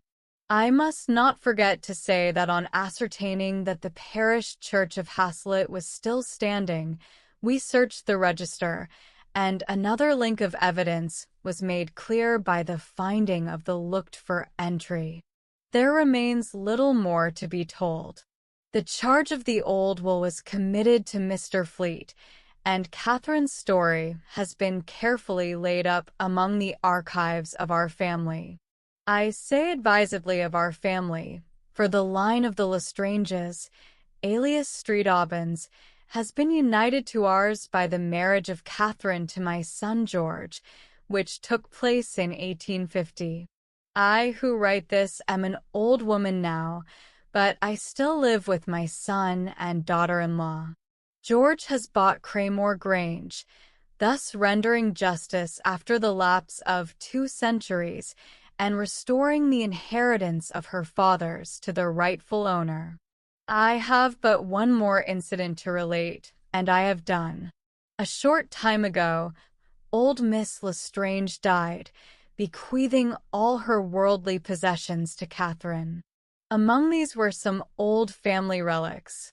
Catherine was looking over them as George unpacked them, and she presently came to a miniature of a young and beautiful girl with fair hair and blue eyes and a wistful expression, and with it a necklace of pearls strung in a diamond pattern. On seeing these, she became suddenly grave, and handing them to me, said, "They are the same, the young girl, and the pearl necklace I told you of." No more was said at the time, for the children were present, and we had always avoided alluding to the horrible family tragedy before them. But if we had still retained any doubt about its truth, which we had not, this would have set it at rest. If you were to visit Craymore Grange now, you would find no old laundry. The part of the house containing it has been pulled down, and children play and chickens peck it on the ground where it once stood. The oaken chest has also long since been destroyed. Part 5. Haunted. Some few years ago, one of those great national conventions which draw together all ages and conditions of the sovereign people of America was held in Charleston, South Carolina. Colonel DeMarion, one of the state representatives, had attended that great national convention and, after an exciting week, was returning home, having a long and difficult journey before him.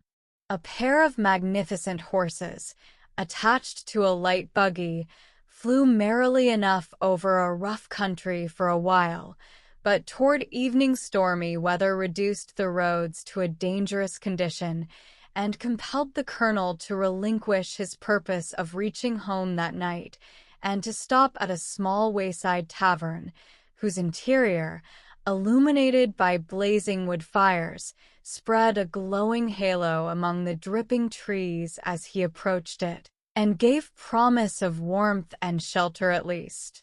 Drawing up to this modest dwelling, Colonel Demarion saw through its uncurtained windows that there was no lack of company within. Beneath the trees, too, an entanglement of rustic vehicles, giving forth red gleams from every dripping angle, told him that beasts as well as men were cared for. At the open door appeared the form of a man who, at the sound of wheels, but not seeing in the outside darkness whom he addressed, called out, "'Tain't no earthly use a stoppin' here." Caring more for his chattels than for himself, the colonel paid no further regard to this address than to call loudly for the landlord. At the tone of authority, the man in outline more civilly announced himself to be the host, yet so far from inviting the traveler to alight, insisted that the house was as full as it could pack, but that there was a place a little farther down the road where the gentleman would be certain to find excellent accommodation. "What stables have you here?" demanded the traveler, giving no more heed to this than to the former announcement, but bidding his servant to alight, and preparing to do so himself. "Stables," repeated the baffled host, shading his eyes so as to scrutinize the newcomer. "Stables, Captain?" "Yes, stables. I want you to take care of my horses. I can take care of myself. Some shelter for cattle you must have by the look of these traps," pointing to the wagons. "I don't want my horses to be kept standing out in this storm, you know." "No, Major." "Why no, certain why. Marion's ain't over a mile and—" "Son F," muttered the colonel, "but it's over the river, which I don't intend to ford tonight under any consideration." So saying, the colonel leaped to the ground, directing his servant to cover the horses and then get out his valise, while the host, thus defeated, assumed the best grace he could to say that he would see what could be done for the horses. "I am a soldier, my man," added the colonel in a milder tone, as he stamped his cold feet on the porch and shook off the rain from his traveling gear. "I am used to rough fare and a hard couch. All we want is shelter. A corner of the floor will suffice for me and my rug. A private room I can dispense with at such times as these." The landlord seemed no less relieved at this assurance than mollified by the explanation of a traveler whom he now saw was of a very different stamp from those who usually frequented the tavern.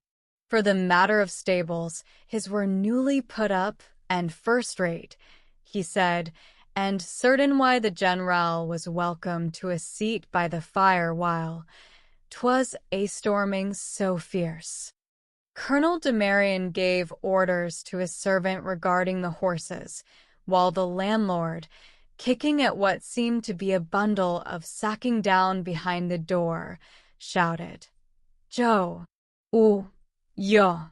Wake up, you sleepy-headed nigger! Be alive, boy, and show this gentleman's horses to the stables."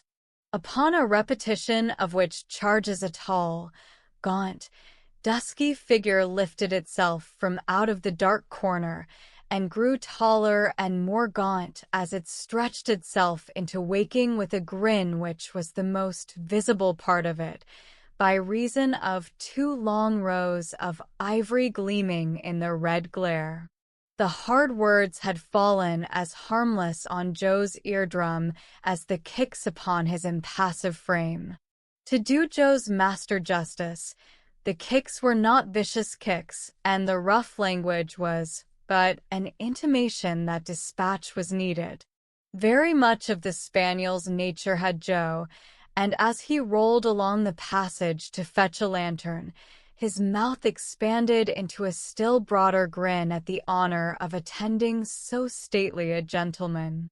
Quick, like his master, too, was Joe to discriminate between real gentlefolks and the white trash whose rough-coated, rope-harnessed mules were the general occupants of his stables. "Splendid pair, sir," said the now conciliating landlord. "Shove some o' them mules out into the shed, Joe, which your horses, I'll feel more to hum in my new stalls, General." Again cautioning his man Plato not to leave them one moment, Colonel Demarian turned to enter the house. "You'll find a rough crowd in here, sir," said the host, as he paused on the threshold, "but a good fire anyhow. 'Tain't many of these loafers as understand this convention business. I presume, General, you've attended the convention. They all on 'em thinks they does, though. Fact most on 'em thinks they'd orter be on the committee theirselves. Good many on 'em is from Charleston today, but is in the same fix as yourself, General. Can't get across the river tonight." I see," cried the statesman, with a gesture toward the sitting-room. "Now what have you got in your larder, Mr. Landlord? And send some supper out to my servant. He must make a bed of the carriage mats tonight." The landlord introduced his guest into a room filled chiefly with that shiftless and noxious element of Southern society known as mean whites. Pipes and drinks, and excited arguments, engaged these people as they stood or sat in groups. The host addressed those who were gathered round the log fire, and they opened a way for the newcomer, 119 some few, with Republican freedom, inviting him to be seated, the rest giving one furtive glance, and then, in antipathy born of envy, skulking away. The furniture of this comfortless apartment consisted of sloppy, much jagged deal tables, dirty whittled benches, and a few uncouth chairs. The walls were dirty with accumulated tobacco stains, and so moist and filthy was the floor that the sound only of scraping seats and heavy footsteps told that it was of boards and not bare earth. Seated with his back toward the majority of the crowd, and shielded by his newspaper, Colonel Demarian sat a while unobserved, but was presently recognized by a man from his own immediate neighborhood, when the information was quickly whispered about that no less a person than their distinguished congressman was among them. This piece of news speedily found its way to the ears of the landlord, to whom Colonel Demarian was known by name only, and forthwith he reappeared to overwhelm the representative of his state with apologies for the uncourteous reception which had been given him, and to express his now very sincere regrets that the house offered no suitable accommodation for the gentleman. Satisfied as to the safety of his chattels, the colonel generously dismissed the idea of having anything either to resent or to forgive, and assured the worthy host that he would accept of no exclusive indulgences. In spite of which the landlord bustled about to bring in a separate table, on which he spread a clean coarse cloth, and a savory supper of broiled ham, hot corn cakes, and coffee, every few minutes stopping to renew his apologies, and even appearing to grow confidentially communicative regarding his domestic economies, until the hungry traveler cut him short with, "Don't say another word about it, my friend. You have not a spare sleeping room, and that is enough. Find me a corner, a clean corner," looking round upon the most unclean corners of that room, "perhaps upstairs somewhere, and—" "Ah, upstairs, General. Now, that's just what I had in my mind to ax you. Fact is there is a spare room upstairs, as comfortable a room as the best of folks can wish, but it's crammed with sleeping folks, so there's an end of it," cried the senator, thoroughly bored. "No, sir, ain't no person in it, and there ain't no person likely to be in it 'cept 'tis yourself, Colonel Demarion. Leastways." After a good deal of hesitation and embarrassment, the host, in mysterious whispers, imparted the startling fact that this most desirable sleeping room was haunted, that the injury he had sustained in consequence had compelled him to fasten it up altogether, that he had come to be very suspicious of admitting strangers, and had limited his custom of late to what the bar could supply, keeping the matter hushed up in the hope that it might be the sooner forgotten by the neighbors, but that in the case of Colonel Demarion he had now made bold to mention it. "As I can't but think, sir," he urged, "you'd find it preferably to sleep in on the floor or sittin' up all night along ovie these loafers. Fair if 'tis any deceivin' trick got up in the house, maybe they won't try it on, sir, to a gentleman of your reputation." Colonel Demarion became interested in the landlord's confidences, but could only gather in further explanation that for some time past all travelers who had occupied that room had made off in the middle of the night, never showing their faces at the inn again, that on endeavoring to arrest one or more in their nocturnal flight, they, all more or less terrified, had insisted on escaping without a moment's delay, assigning no other reason than that they had seen a ghost. "Not that folks seem to get much harm by it, Colonel, not by the way they makes off without paying a cent of money." Great indeed was the satisfaction evinced by the victim of unpaid bills on the Colonel's declaring that the haunted chamber was the very room for him. "If to be turned out of my bed at midnight is all I have to fear, we will see who comes off master in my case. So, Mr. Landlord, let the chamber be got ready directly, and have a good fire built there at once." The exultant host hurried away to confide the great news to Joe, and with him to make the necessary preparations. "Come what will, Joe, Colonel Demarion ain't the man to make off without paying down good money for his accommodations." In reasonable time, Colonel Demarion was beckoned out of the public room and conducted upstairs by the landlord, who, after receiving a cheerful good night, paused on the landing to hear his guest bolt and bar the door within, and then push a piece of furniture against it. "Ah," murmured the host, as a sort of misgiving came over him, "if a parisham has a mind to come thar, 'tain't all the bolts and bars in South Carolina as LL kippen away."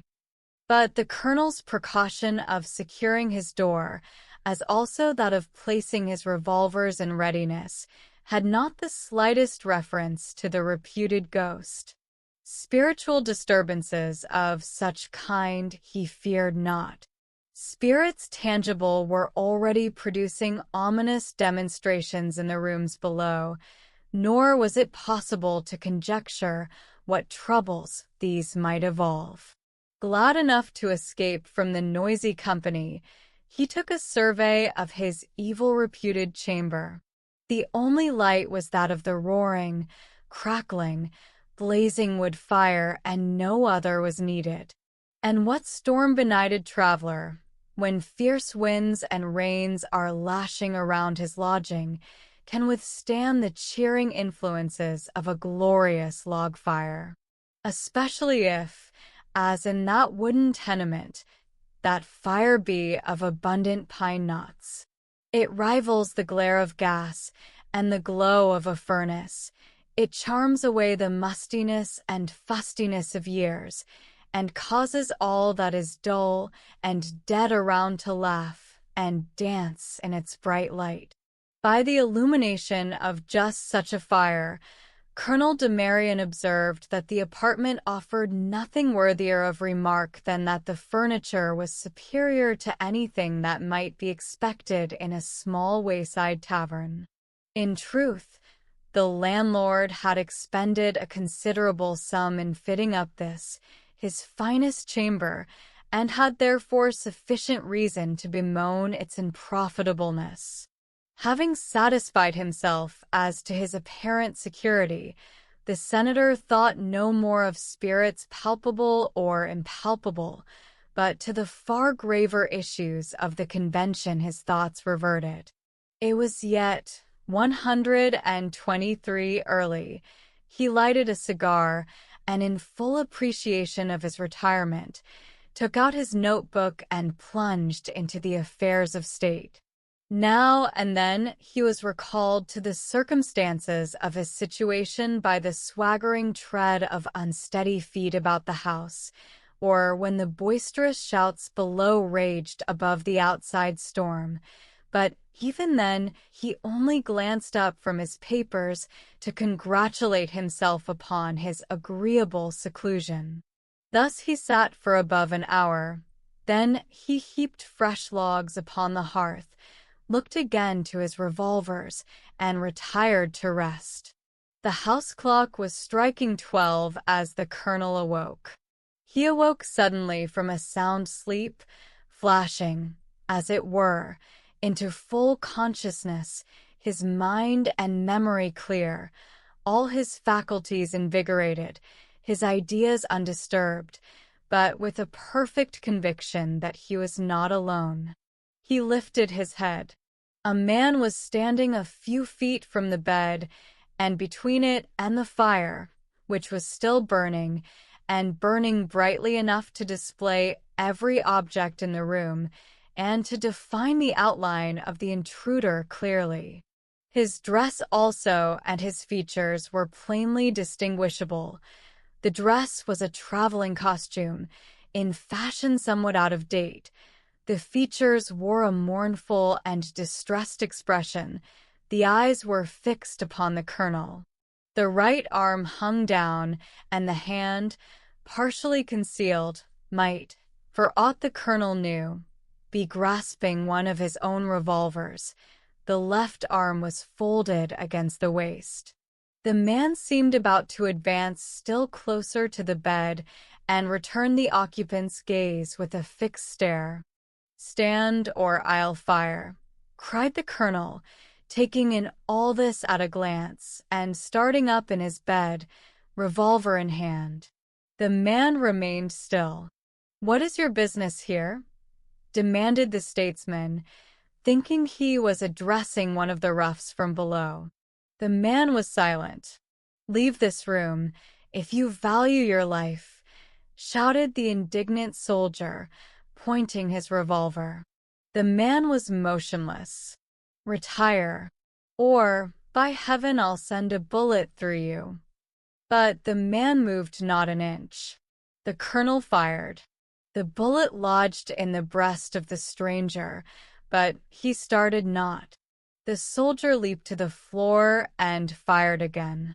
The shot entered the heart, pierced the body, and lodged in the wall beyond, and the colonel beheld the hole where the bullet had entered, and the firelight glimmering through it. And yet the intruder stirred not. Astounded, the colonel dropped his revolver, and stood face to face before the unmoved man. "Colonel de Marion," spake the deep, solemn voice of the perforated stranger, "in vain you shoot me. I am dead already." The soldier, with all his bravery, gasped, spellbound. The firelight gleamed through the hole in the body, and the eyes of the shooter were riveted there. "Fear nothing," spake the mournful presence. "I seek but to divulge my wrongs. Until my death shall be avenged, my unquiet spirit lingers here. Listen." Speechless, motionless was the statesman, and the mournful apparition thus slowly and distinctly continued. "For years ago I traveled with one I trusted. We lodged here. That night my comrade murdered me. He plunged a dagger into my heart while I slept. He covered the wound with a plaster. He feigned to mourn my death. He told the people here I had died of heart complaint, that I had long been ailing. I had gold and treasures. With my treasure secreted beneath his garments, he paraded mock grief at my grave. Then he departed. In distant parts he sought to forget his crime, but his stolen gold brought him only the curse of an evil conscience. Rest and peace are not for him. He now prepares to leave his native land forever. Under an assumed name, that man is this night in Charleston. In a few hours he will sail for Europe. Colonel de Marion, you must prevent it. Justice and humanity demand that a murderer roam not at large, nor squander more of the wealth that is by right my children's. The spirit paused. To the extraordinary revelation the colonel had listened in rapt astonishment. He gazed at the presence, at the firelight glimmering through it, through the very place where a human heart would be, and he felt that he was indeed in the presence of a supernatural being. He thought of the landlord's story, but while earnestly desiring to sift the truth of the mystery, words refused to come to his aid. "Do you hesitate?" said the mournful spirit. "Will you also flee when my orphan children cry for retribution?" Seeming to anticipate the will of the colonel, "I await your promise, Senator," he said. "There is no time to lose." With a mighty effort, the South Carolinian said, "I promise." "What would you have me do?" In the same terse, solemn manner, the ghostly visitor gave the real and assumed names of the murderer, described his person and dress at the present time, described a certain curious ring he was then wearing, together with other distinguishing characteristics, all being carefully noted down by Colonel de Marion, who, by degrees, recovered his self-possession, and pledged himself to use every endeavor to bring the murderer to justice. Then, with a portentous wave of the hand, "It is well," said the apparition. "Not until the spirit of my murderer shall be separated from the mortal clay can my spirit rest in peace," and vanished. 6:30 in the morning was the appointed time for the steamer to leave Charleston, and the colonel lost not a moment in preparing to depart. As he hurried down the stairs, he encountered the landlord, who, his eyes rolling in terror, made an attempt to speak.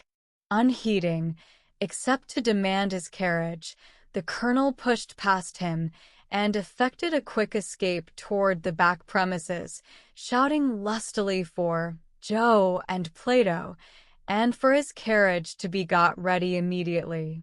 A few minutes more, and the bewildered host was recalled to the terrible truth by the noise of the carriage dashing through the yard and away down the road, and it was some miles nearer Charleston before the unfortunate man ceased to peer after it in the darkness, as if by so doing he could recover damages, and bemoan to Joe the utter ruin of his house and hopes.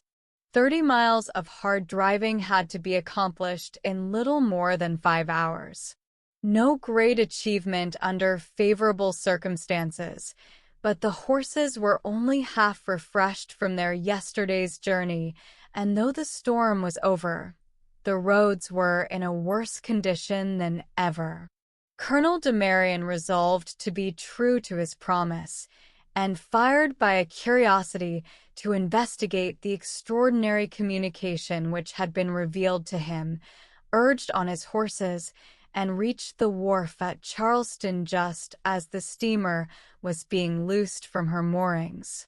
He hailed her. "Stop her. Business with the captain." "Stop her." Her machinery was already in motion. Her iron lungs were puffing forth dense clouds of smoke and steam, and as the colonel shouted, the crowd around, from sheer delight in shouting, echoing his "Stop her! Stop her!" The voices on land were confounded with the voices of the sailors, the rattling of chains, and the haulings of ropes.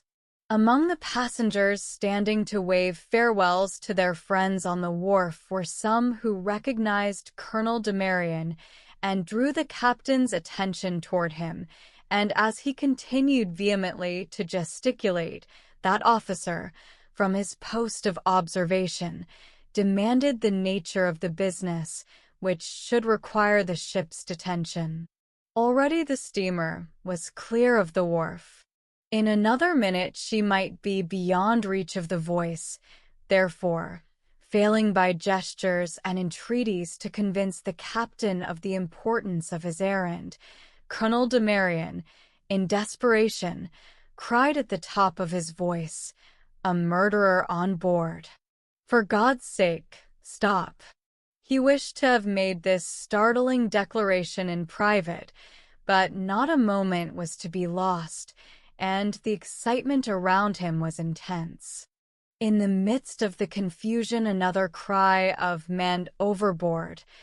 might have been heard in a distant part of the ship, had not the attention of the crowd been fastened on the colonel. Such a cry was, however, uttered, offering a still more urgent motive for stopping, and the steamer being again made fast, Colonel Demarion was received on board. "Let not a soul leave the vessel," was his first and prompt suggestion, and the order being issued, he drew the captain aside and concisely explained his grave commission. The captain thereupon conducted him to his private room and summoned the steward, before whom the details were given, and the description of the murderer was read over. The steward, after considering attentively, seemed inclined to associate the description with that of a passenger whose remarkably dejected appearance had already attracted his observation. In such a grave business it was, however, necessary to proceed with the utmost caution, and the passenger book was produced. Upon reference to its pages, the three gentlemen were totally dismayed by the discovery that the name of this same dejected individual was that under which, according to the apparition, the murderer had engaged his passage. "I am here to charge that man with murder," said Colonel Demarion. "He must be arrested." Horrified as the captain was at this astounding declaration, yet, on account of the singular and unusual mode by which the colonel had become possessed of the facts, and the impossibility of proving the charge, he hesitated in consenting to the arrest of a passenger. The steward proposed that they should repair to the saloons and deck, and while conversing with one or another of the passengers, mention, as it were casually, in the hearing of the suspected party his own proper name, and observe the effect produced on him. To this they agreed, and without loss of time joined the passengers, assigning some feasible cause for a short delay of the ship. The saloon was nearly empty, and while the steward went below, the other two repaired to the deck, where they observed a crowd gathered seaward, apparently watching something over the ship's side. During the few minutes which had detained the captain in this necessarily hurried business, a boat had been lowered, and some sailors had put off in her to rescue the person who was supposed to have fallen overboard, and it was only now, on joining the crowd, that the captain learned the particulars of the accident. "Who was it? What was he like?" they exclaimed simultaneously. That a man had fallen overboard was all that could be ascertained. Someone had seen him run across the deck, looking wildly about him. A splash in the water had soon afterward attracted attention to the spot, and a body had since been seen struggling on the surface. The waves were rough after the storm and thick with seaweed, and the sailors had as yet missed the body. The two gentlemen took 130 their post among the watchers, and kept their eyes intently upon the waves, and upon the sailors battling against them. Ere long they see the body rise again to the surface. Floated on a powerful wave, they can for the few moments breathlessly scrutinize it. The color of the dress is observed. A face of agony upturned displays a peculiar contour of forehead, the hair, the beard, and now he struggles. An arm is thrown up, and a remarkable ring catches the colonel's eye. Great heavens! The whole description tallies. The sailors pull hard for the spot, the next stroke, and they will rescue. A monster shark is quicker than they. The sea is tinged with blood. The man is no more. Shocked and silent, Colonel Demarion and the captain quitted the deck and resummoned the steward, who had, but without success, visited the berths and various parts of the ship for the individual in question. Every hole and corner was now, by the captain's order, carefully searched, but in vain, and as no further information concerning the missing party could be obtained, and the steward persisted in his statement regarding his general appearance, they proceeded to examine his effects. In these he was identified beyond a doubt. Papers and relics proved not only his guilt but his remorse which, as the apparition had said, permitted him no peace in his wanderings. Those startling words, "a murderer on board," had doubtless struck fresh terror to his heart, and, unable to face the accusation, he had thus terminated his wretched existence. Colonel Demarion revisited the little tavern, and on several occasions occupied the haunted chamber, but never again had he the honor of receiving a midnight commission from a ghostly visitor, and never again had the landlord to bemoan the flight of a non-paying customer. Part 6. Pichon and Sons, of the Croix Rouse, Gerardier, Formation, Premier Class, is the legend, recorded in huge, ill-proportioned letters, which directs the attention of the stranger to the most prosperous-looking shop in the grand place of La Croix Rouse, a well-known suburb of the beautiful city of Lyons, which has its share of the shabby gentility and poor pretense common to the suburban commerce of great towns. Gerardier is not only Formation but proprietaire, though not by inheritance. His possession of one of the prettiest and most prolific of the small vineyards in the beautiful suburb, and a charming inconvenient house, with low ceilings, Lilliputian bedrooms, and a profusion of persiennes, jalousies, and contrevents, comes by purchase. This enviable little terra was sold by the nation, when that terrible abstraction transacted the public business of France, and it was bought very cheaply by the strong-minded father of the Gerardier of the present, who was not disturbed by the evil reputation which the place had gained, at a time the peasants of France, having been bullied into a renunciation of religion, eagerly cherished superstition. The Gerardier of the present cherishes the particular superstition in question affectionately. It reminds him of an uncommonly good bargain made in his favor, which is always a pleasant association of ideas, especially to a Frenchman, still more especially to a Lyonnais, and it attracts strangers to his pharmacy and leads to transactions in grand chartreuse and crème de roses. Ensuing naturally on the narration of the history of Pichon and Sons. Giraudier is not of aristocratic principles and sympathies. On the contrary, he has decided Republican leanings and considers Le Progrès a masterpiece of journalistic literature. But, as he says simply and strongly, it is not because a man is a marquis that one is not to keep faith with him. A bad action is not good because it harms a good-for-nothing of a noble. The more when that good-for-nothing is no longer a noble, but poor Ryer.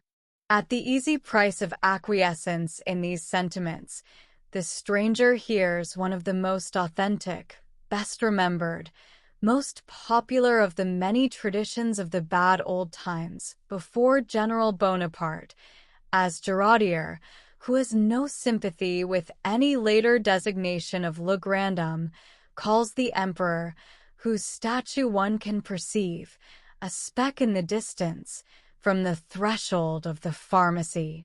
The Marquis de Senonges, in the days of the triumph of the Great Revolution, was fortunate enough to be out of France, and wise enough to remain away from that country, though he persisted, long after the old regime was as dead as the Ptolemies, in believing it merely suspended, and the revolution a lamentable accident of vulgar complexion, but happily temporary duration. The Marquis de Senonges, who affected the style regents, and was the politest of infidels and the most refined of voluptuaries, got on indifferently in inappreciative foreign parts, but the members of his family, his brother and sisters, two of whom were guillotined, while the third escaped to Savoy and found refuge there in a convent of her order, got on exceedingly ill in France. If the ci-devant Marquis had had plenty of money to expend in such feeble imitations of his accustomed pleasures as were to be had out of Paris, he would not have been much affected by the fate of his relatives. But money became exceedingly scarce. The Marquis had actually beheld many of his peers reduced to the necessity of earning the despicable but indispensable article after many ludicrous fashions. And the duration of this absurd upsetting of law, order, privilege, and property began to assume unexpected and very unpleasant proportions. The Château de Senonges, with its surrounding lands, was confiscated to the nation during the third year of the emigration of the Marquis de Senonges, and the greater part of the estate was purchased by a thrifty, industrious, and rich avocat named Prosper Alex, a widower with an only daughter. Prosper Alex enjoyed the esteem of the entire neighborhood. First, he was rich. Secondly, he was of a taciturn disposition and of a neutral tint in politics. He had done well under the old regime and he was doing well under the new. Thank God, or the Supreme Being, or the First Cause, or the Goddess Reason herself, for all. He would have invoked Dagon, Moloch, or Kali quite as readily as the saints and the Madonna, who has gone so utterly out of fashion of late. Nobody was afraid to speak out before Prosper Alex. He was not a spy, and though a cold-hearted man, except in the instance of his only daughter, he never harmed anybody. Very likely it was because he was the last person in the vicinity whom anybody would have suspected of being applied to by the dispossessed family, that the son of the Marquis brother, a young man of promise, of courage, of intellect, and of morals of decidedly a higher caliber than those actually and traditionally imputed to the family, sought the aid of the new possessor of the Château de Senonges, which had changed its old title for that of the Maison Alex. The father of M. Paul de Senonges had perished in the September massacres. His mother had been guillotined at Lyons, and he, who had been saved by the interposition of a young comrade whose father had, in the wonderful rotations of the wheel of fate, acquired authority in the place where he had once esteemed the notice of the nephew of the Marquis a crowning honor for his son, had passed through the common vicissitudes of that dreadful time, which would take a volume for their recital in each individual instance. Paul de Senonges was a handsome young fellow, frank, high-spirited, and of a brisk and happy temperament, which, however, modified by the many misfortunes he had undergone, was not permanently changed. He had plenty of capacity for enjoyment in him still, and as his position was very isolated, and his mind had become enlightened on social and political matters to an extent in which the men of his family would have discovered utter degradation and the women diabolical possession, he would not have been very unhappy if, under the new condition of things, he could have lived in his native country and gained an honest livelihood. But he could not do that. He was too thoroughly suspect. The antecedents of his family were too powerful against him. His only chance would have been to have gone into the popular camp as an extreme, violent partisan, to have out-Herod the revolutionary Herods, and that Paul de Senonges was too honest to do. So he was reduced to being thankful that he had escaped with his life, and to watching for an opportunity of leaving France and gaining some country where the reign of liberty, fraternity, and equality was not quite so oppressive. The long-looked-for opportunity at length offered itself, and Paul de Senonges was instructed by his uncle the Marquis that he must contrive to reach Marseilles, whence he should be transported to Spain, in which country the illustrious emigrant was then residing, by a certain named date. His uncle's communication arrived safely, and the plan proposed seemed a secure and eligible one. Only in two respects was it calculated to make Paul de Senonges thoughtful. The first was that his uncle should take any interest in the matter of his safety. The second, what could be the nature of a certain deposit which the Marquis's letter directed him to procure, if possible, from the Château de Senonges. The fact of this injunction explained, in some measure, the first of the two difficulties. It was plain that whatever were the contents of this packet which he was to seek for, according to the indications marked on a ground plan drawn by his uncle and enclosed in the letter, the Marquis wanted them and could not procure them except by the agency of his nephew. That the Marquis should venture to direct Paul de Senonges to put himself in communication with Prosper Alex would have been surprising to anyone acquainted only with the external and generally understood features of the character of the new proprietor of the Château de Senonges. But a few people knew Prosper Alex thoroughly, and the Marquis was one of the number. He was keen enough to know in theory that, in the case of a man with only one weakness, that is likely to be a very weak weakness indeed, and to apply the theory to the avocat.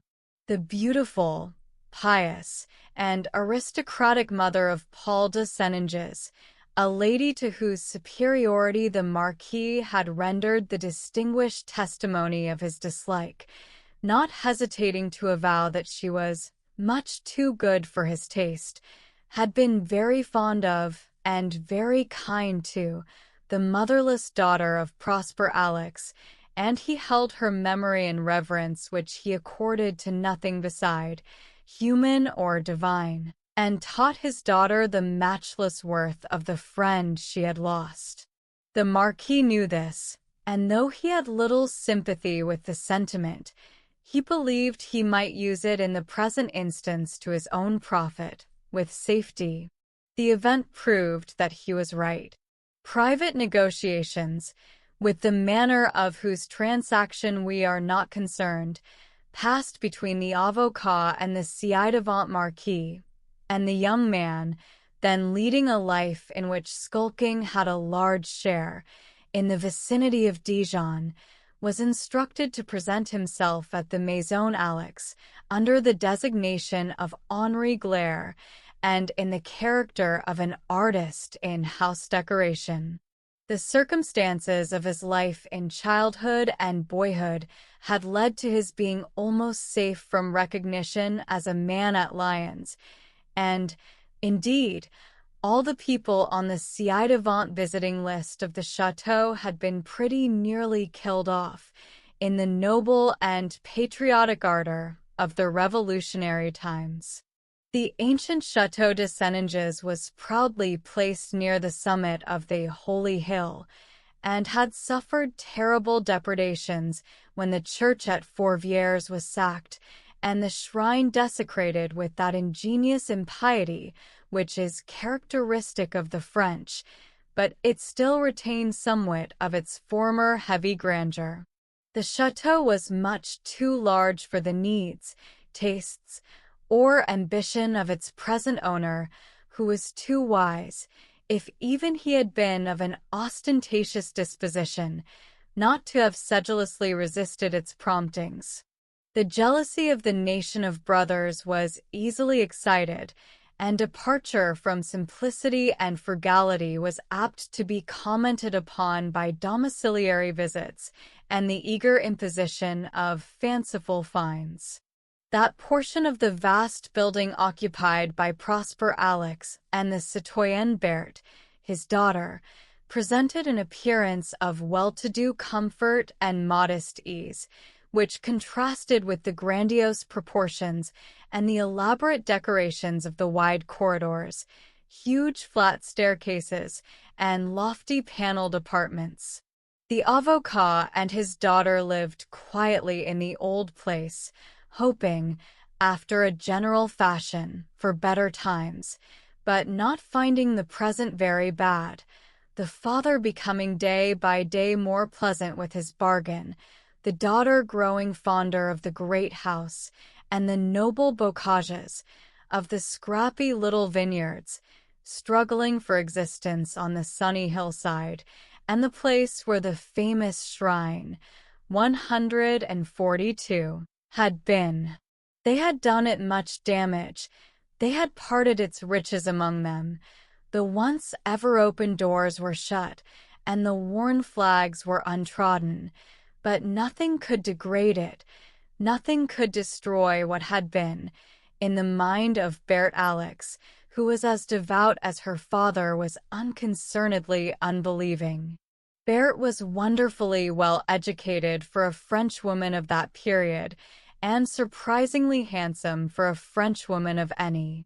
Not too tall to offend the taste of her compatriots, and not too short to be dignified and graceful, she had a symmetrical figure and a small, well-poised head, whose profuse, shining, silken dark brown hair she wore as nature intended, in a shower of curls, never touched by the hand of the coiffeur, curls which clustered over her brow and fell far down on her shapely neck.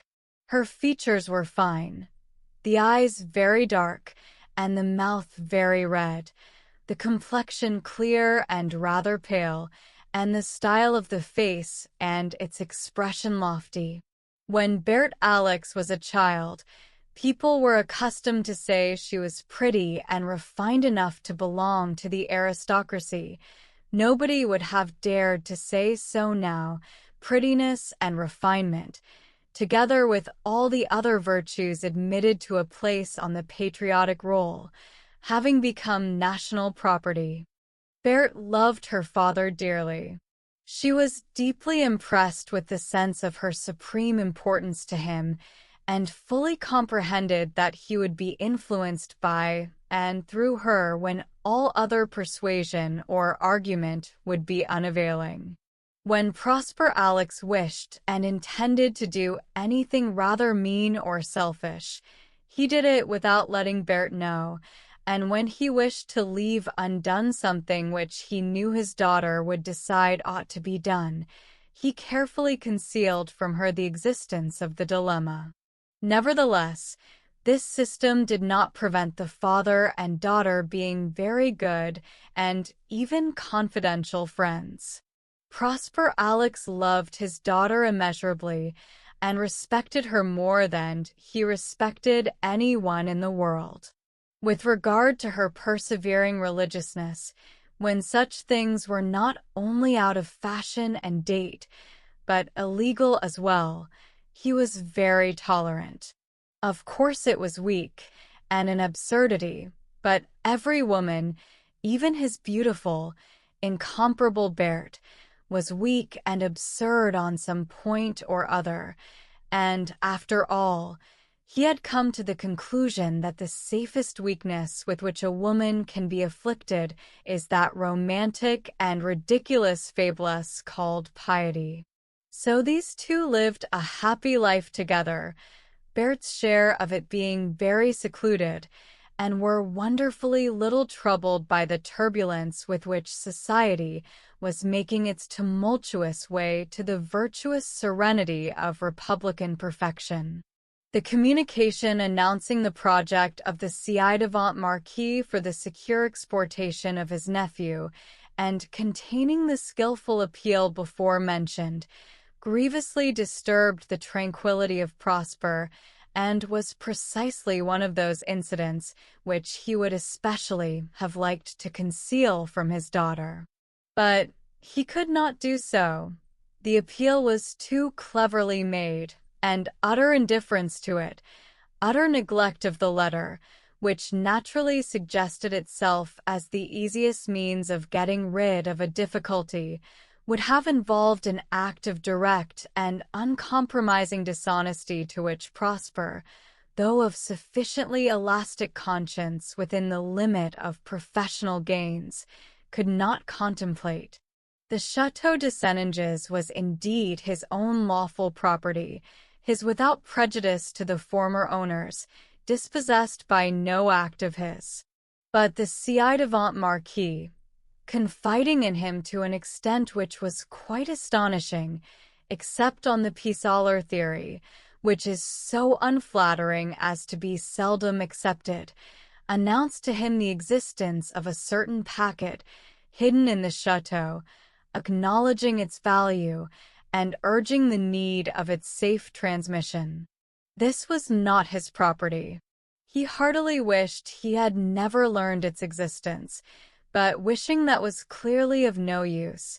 Then he wished the nephew of the ci-devant might come soon, and take himself and the hidden wealth away with all possible speed.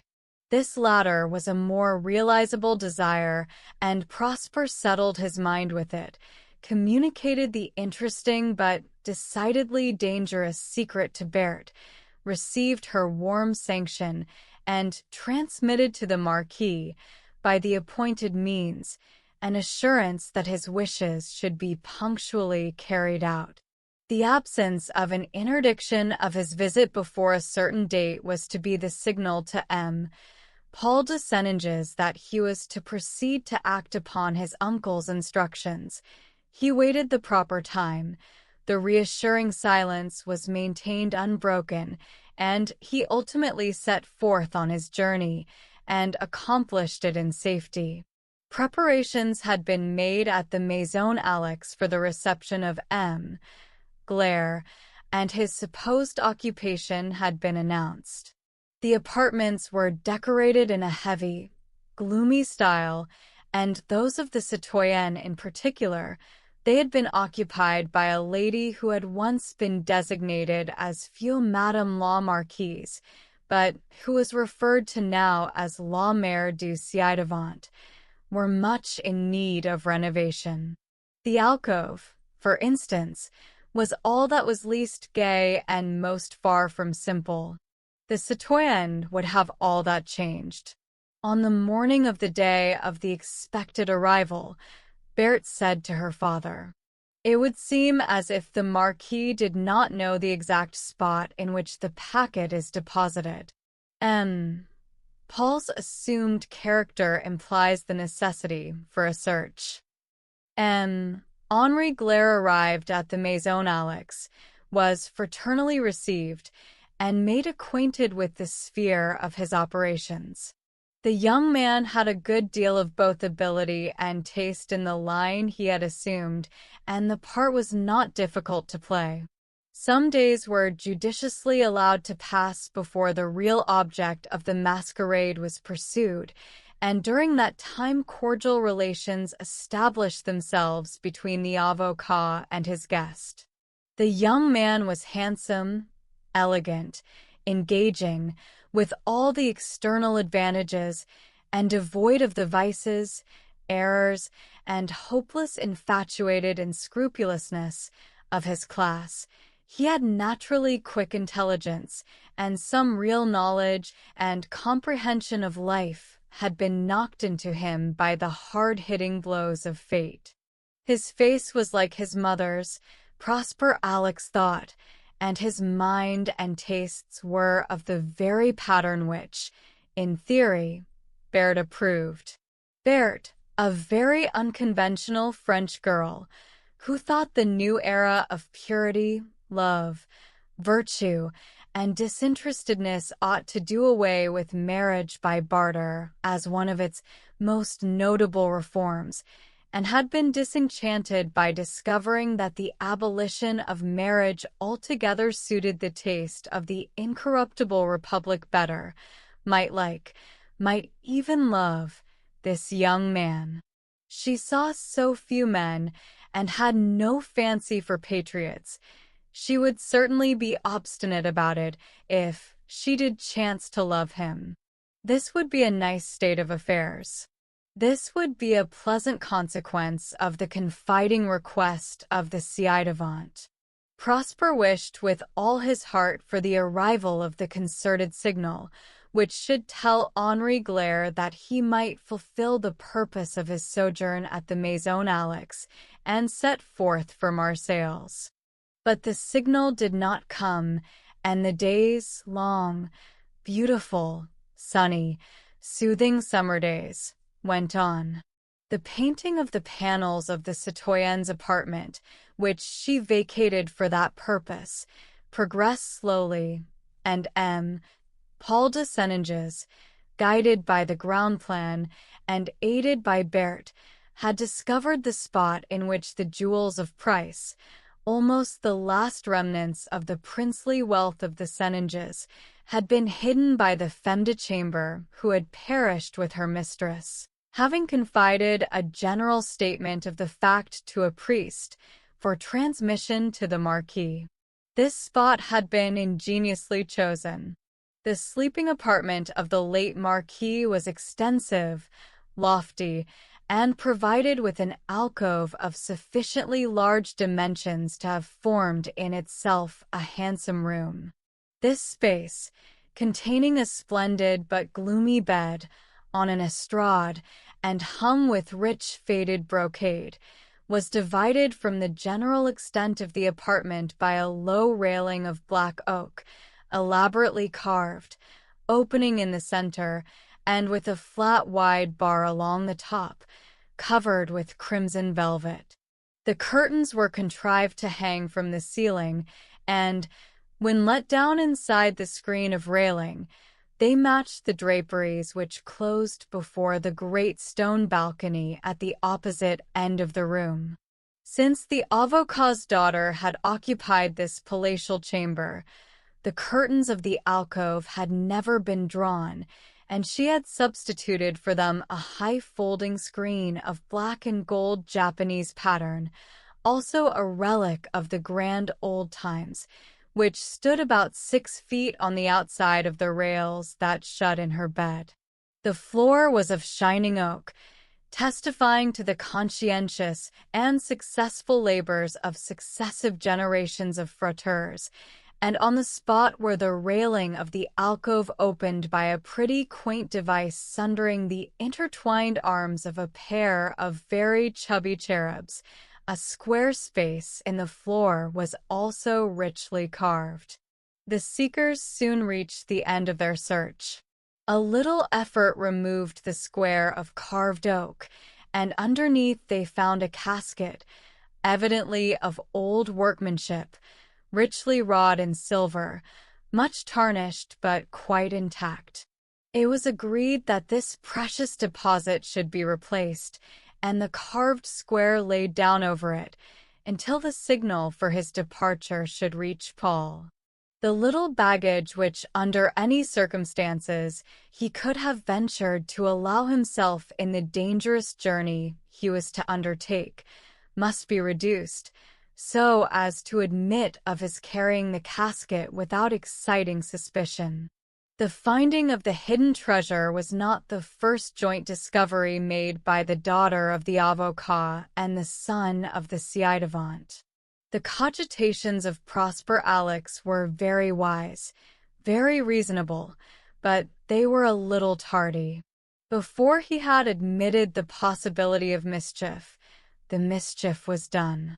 Each had found out that the love of the other was indispensable to the happiness of life, and they had exchanged confidences, assurances, protestations, and promises as freely, as fervently, and as hopefully, as if no such thing as a republic, one and indivisible, with a keen scent and an unappeasable thirst for the blood of aristocrats, existed.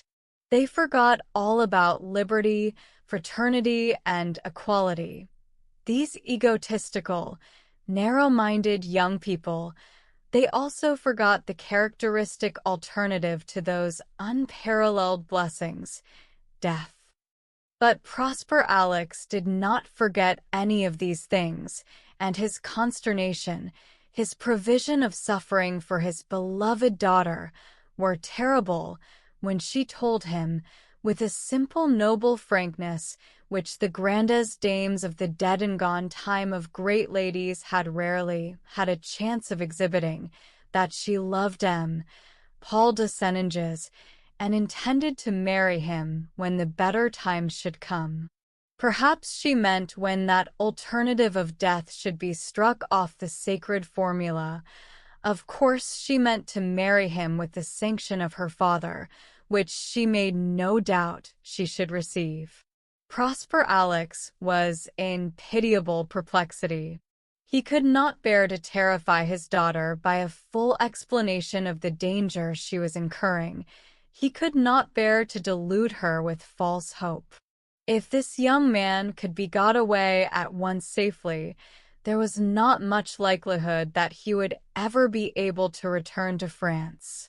Would Berthe pine for him, or would she forget him and make a rational, sensible, rich, republican marriage, which would not imperil either her reputation for pure patriotism or her father's?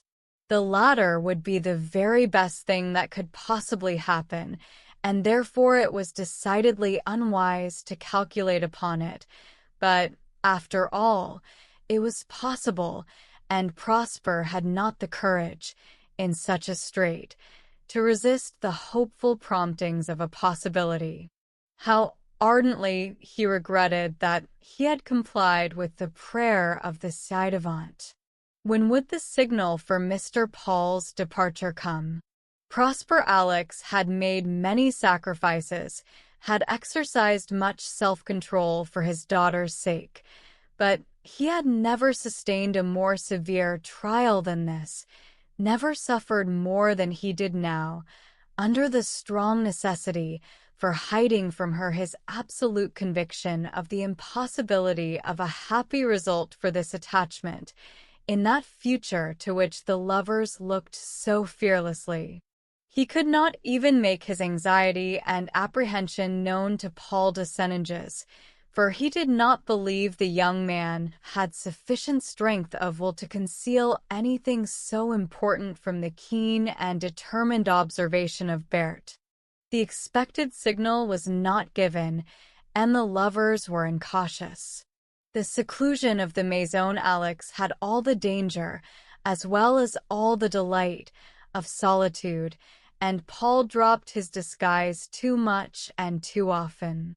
The servants, few in number, were of the truest patriotic principles, and to some of them the denunciation of the citoyen, whom they condescended to serve because the sacred revolution had not yet made them as rich as he, would have been a delightful duty, a sweet-smelling sacrifice to be laid on the altar of the country. They heard certain names and places mentioned. They perceived many things which led them to believe that Henri Glaire was not an industrial artist and pure patriot, worthy of respect, but a wretched ci-devant, resorting to the dignity of labor to make up for the righteous destruction of every other kind of dignity. One day a gardener, of less stoical virtue than his fellows, gave Prosper Alex a warning that the presence of a ci-devant upon his premises was suspected, and that he might be certain a domiciliary visit, attended with dangerous results to himself, would soon take place. Of course the avocat did not commit himself by any avowal to this lukewarm patriot, but he casually mentioned that Henri Glaire was about to take his leave. What was to be done? He must not leave the neighborhood without receiving the instructions he was awaiting, but he must leave the house and be supposed to have gone quite away. Without any delay or hesitation, Prosper explained the facts to Berthe and her lover and insisted on the necessity for an instant parting. Then the courage and the readiness of the girl told. There was no crying and very little trembling. She was strong and helpful. He must go to Pichon's father, she said, and remain there until the signal is given. Pichon is a master mason, Paul, she continued, turning to her lover, and his wife was my nurse. They are avaricious people, but they are fond of me in their way, and they will shelter you faithfully enough when they know that my father will pay them handsomely. You must go at once, unseen by the servants. They are at supper. Fetch your valise, and bring it to my room. We will put the casket in it, and such of your things as you must take out to make room for it. We can hide under the plank. My father will go with you to Pichon's, and we will communicate with you there as soon as it is safe. Paul followed her to the large gloomy room where the treasure lay, and they took the casket from its hiding place. It was heavy, though not large, and an awkward thing to pack away among linen in a small valise. They managed it, however, and, the brief preparation completed, the moment of parting arrived. Firmly and eloquently, though in haste, Berthe assured Paul of her changeless love and faith, and promised him to wait for him for any length of time in France, if better days should be slow of coming, or to join him in some foreign land, if they were never to come. Her father was present, full of compassion and misgiving. At length he said, "Come, Paul, you must leave her. Every moment is of importance." The young man and his betrothed were standing on the spot whence they had taken the casket. The carved rail with the heavy curtains might have been the outer sanctuary of an altar, and they bride and bridegroom before it, with earnest, loving faces and clasped hands. "Farewell, Paul," said Berthe. "Promise me once more, in this the moment of our parting, that you will come to me again, if you are alive, when the danger is past." "Whether I am living or dead, Berthe," said Paul de Senonges, strongly moved by some sudden inexplicable instinct, "I will come to you again." In a few more minutes, Prosper Alex and his guest, who carried, not without difficulty, the small but heavy leather valise, had disappeared in the distance, and Berthe was on her knees before the prie-dieu of the ci-devant marquise, her face turned toward the holy hill of Fourvières. Pichon, Maitre, and his sons, garçons maquins, were well-to-do people, rather morose, exceedingly avaricious, and of taciturn dispositions, but they were not ill-spoken of by their neighbors. They had amassed a good deal of money in their time, and were just then engaged on a very lucrative job.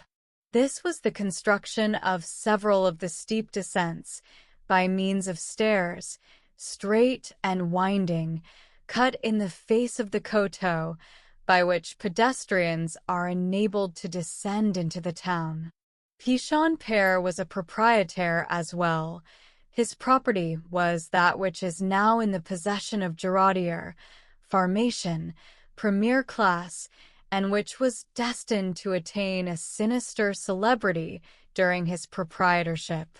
One of the straightest and steepest of the stairways had been cut close to the terra which the mason owned, and a massive wall, destined to bound the highroad at the foot of the declivity, was in course of construction, when Prosper Alex and Paul de Senonges reached the abode of Pichon.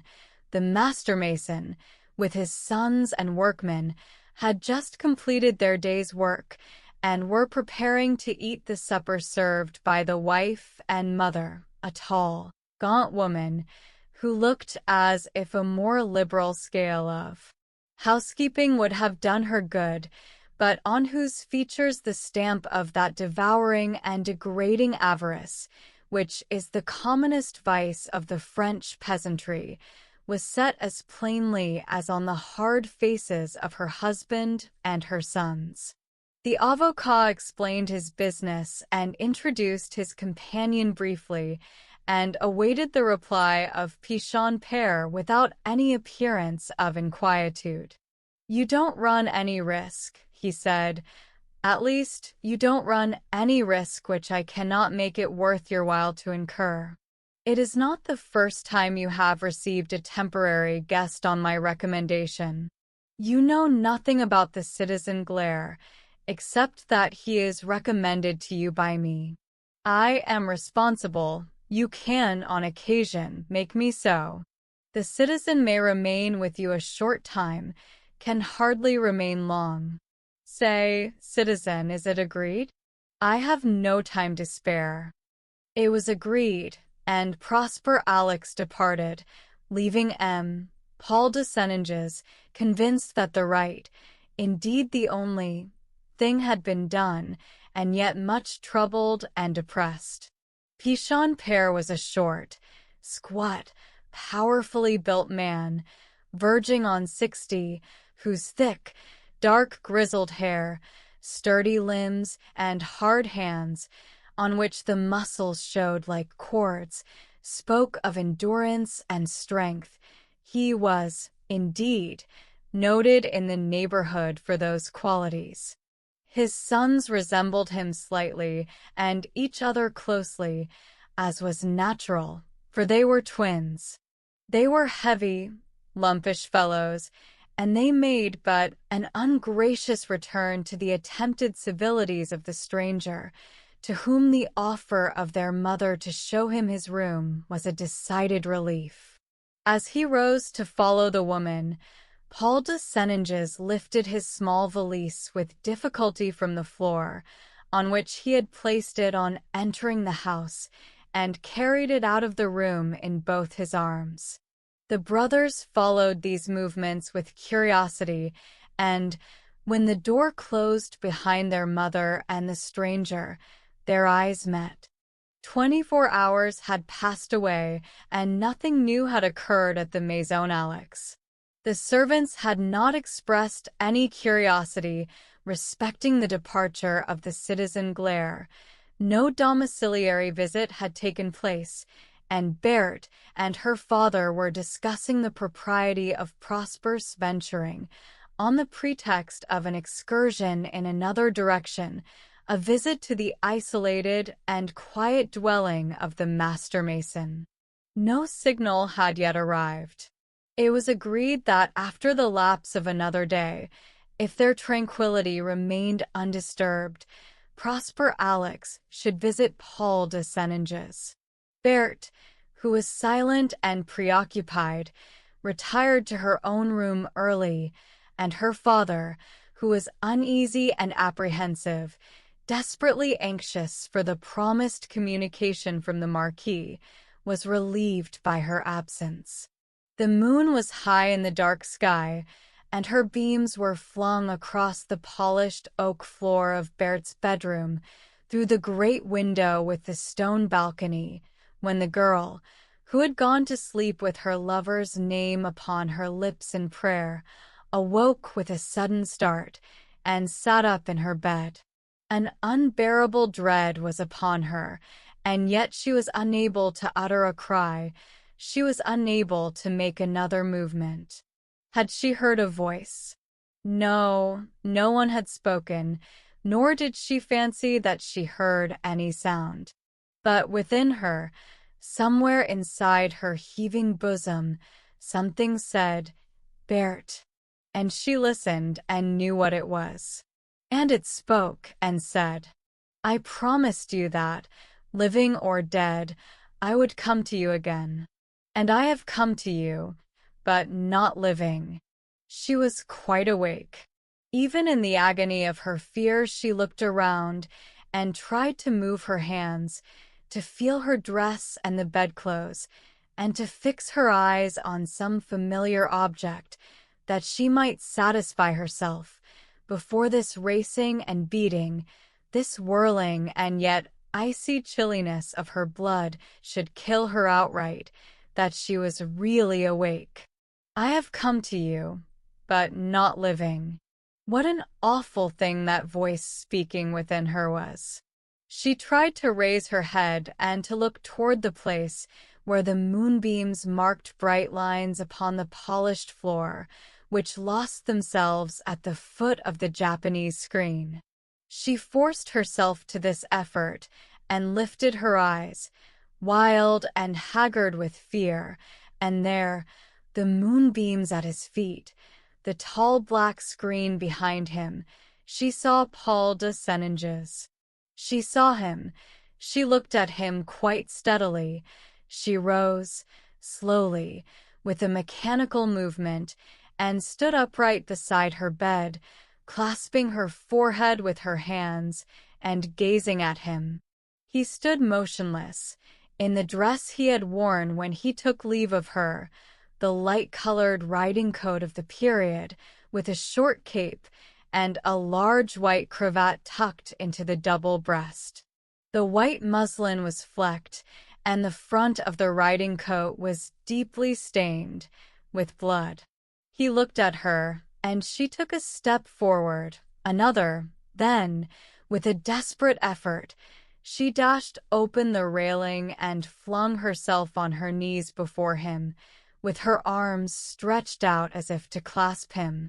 But he was no longer there. The moonbeams fell clear and cold upon the polished floor and lost themselves where Berthe lay, at the foot of the screen, her head upon the ground, and every sign of life gone from her. "Where is the citizen Glaire?" asked Prosper Alex of the citoyenne Pichon, entering the house of the master mason abruptly and with a stern and threatening countenance. "I have a message for him. I must see him." "I know nothing about him," replied the citoyenne, without turning in his direction, or relaxing her culinary labors. "He went away from here the next morning, and I did not trouble myself to ask where. That is his affair." "He went away? Without letting me know? Be careful, citoyenne. This is a serious matter." "So they tell me," said the woman with a grin, which was not altogether free from pain and fear. "For you. A serious thing to have a suspect in your house and palm him off on honest people. However, He went away peaceably enough when he knew we had found him out, and that we had no desire to go to prison, or worse, on his account, or yours." She was strangely insolent, this woman, and the listener felt his helplessness. He had brought the young man there with such secrecy. He had so carefully provided for the success of concealment. Who carried his valise? Prosper Alex asked her suddenly. "How should I know?" she replied, but her hands lost their steadiness, and she upset a stewpan. "He carried it here, didn't he? And I suppose he carried it away again." Prosper Alex looked at her steadily. She shunned his gaze, but she showed no other sign of confusion. Then horror and disgust of the woman came over him. "I must see Pichon," he said. "Where is he?" "Where should he be but at the wall? He and the boys are working there as always. The citizen can see them, but he will remember not to detain them. In a little quarter of an hour the soup will be ready." The citizen did see the master mason and his sons, and after an interview of some duration, he left the place in a state of violent agitation and complete discomfiture. The master mason had addressed to him these words at parting: "I assert that the man went away at his own free will, but if you do not keep very quiet, I shall deny that he came here at all. You cannot prove he did, and I will denounce you for harboring a suspect and ci-devant under a false name. I know a de Senninges when I see him as well as you, Citizen Alex, and, wishing M. Paul a good journey, I hope you will consider about this matter, for truly, my friend, I think you will sneeze in the sack before I shall." "We must bear it, Bert, my child," said Prosper Alex to his daughter many weeks later, when the fever had left her, and she was able to talk with her father of the mysterious and frightful events which had occurred. "We are utterly helpless. There is no proof, only the word of these wretches against mine, and certain destruction to me if I speak. We will go to Spain, and tell the Marquis all the truth, and never return, if you would rather not. But, for the rest, we must bear it." "Yes, my father," said Bert submissively. "I know we must, but God need not, and I don't believe he will." The father and the daughter left France unmolested, and Bert bore it as well as she could. When better times come they returned, Prosper Alex an old man, and Bert a stern, silent, handsome woman, with whom no one associated any notions of love or marriage. But long before their return the traditions of the Croix Rouse were enriched by circumstances which led to that before-mentioned capital bargain made by the father of the Girardier of the present. These circumstances were the violent death of Pichon and his two sons, who were killed by the fall of a portion of the great boundary wall on the very day of its completion, and the discovery, close to its foundation, at the extremity of Pichon's terra, of the corpse of a young man attired in a light-colored riding-coat, who had been stabbed through the heart. Bert Alex lived alone in the Chateau de Senninges, under its restored name, until she was a very old woman. She lived long enough to see the golden figure on the summit of the holy hill, long enough to forget the bad old times, but not long enough to forget or cease to mourn the lover who had kept his promise and come back to her, the lover who rested in the earth which once covered the bones of the martyrs, and who kept a place for her by his side. She has filled that place for many years.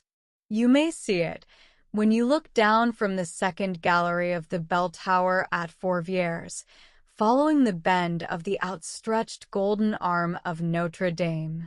The chateau was pulled down some years ago, and there is no trace of its former existence among the vines. Good times and bad times, and again good times have come for the Croix-Rousse, for Lyons, and for France since then. But the remembrance of the treachery of Pichon and Sons, and of the retribution which at once exposed and punished their crime, outlives all changes. And once, every year, on a certain summer night, 3 ghostly figures are seen, by any who have courage and patience to watch for them, gliding along by the foot of the boundary wall, 2 of them carrying a dangling corpse, and the other, implements for mason's work and a small leather valise. Giraudier, Pharmacien, has never seen these ghostly figures, but he describes them with much minuteness, and only the esprits forts of the Croix-Rousse deny that the ghosts of Pichon and Sons are not yet laid.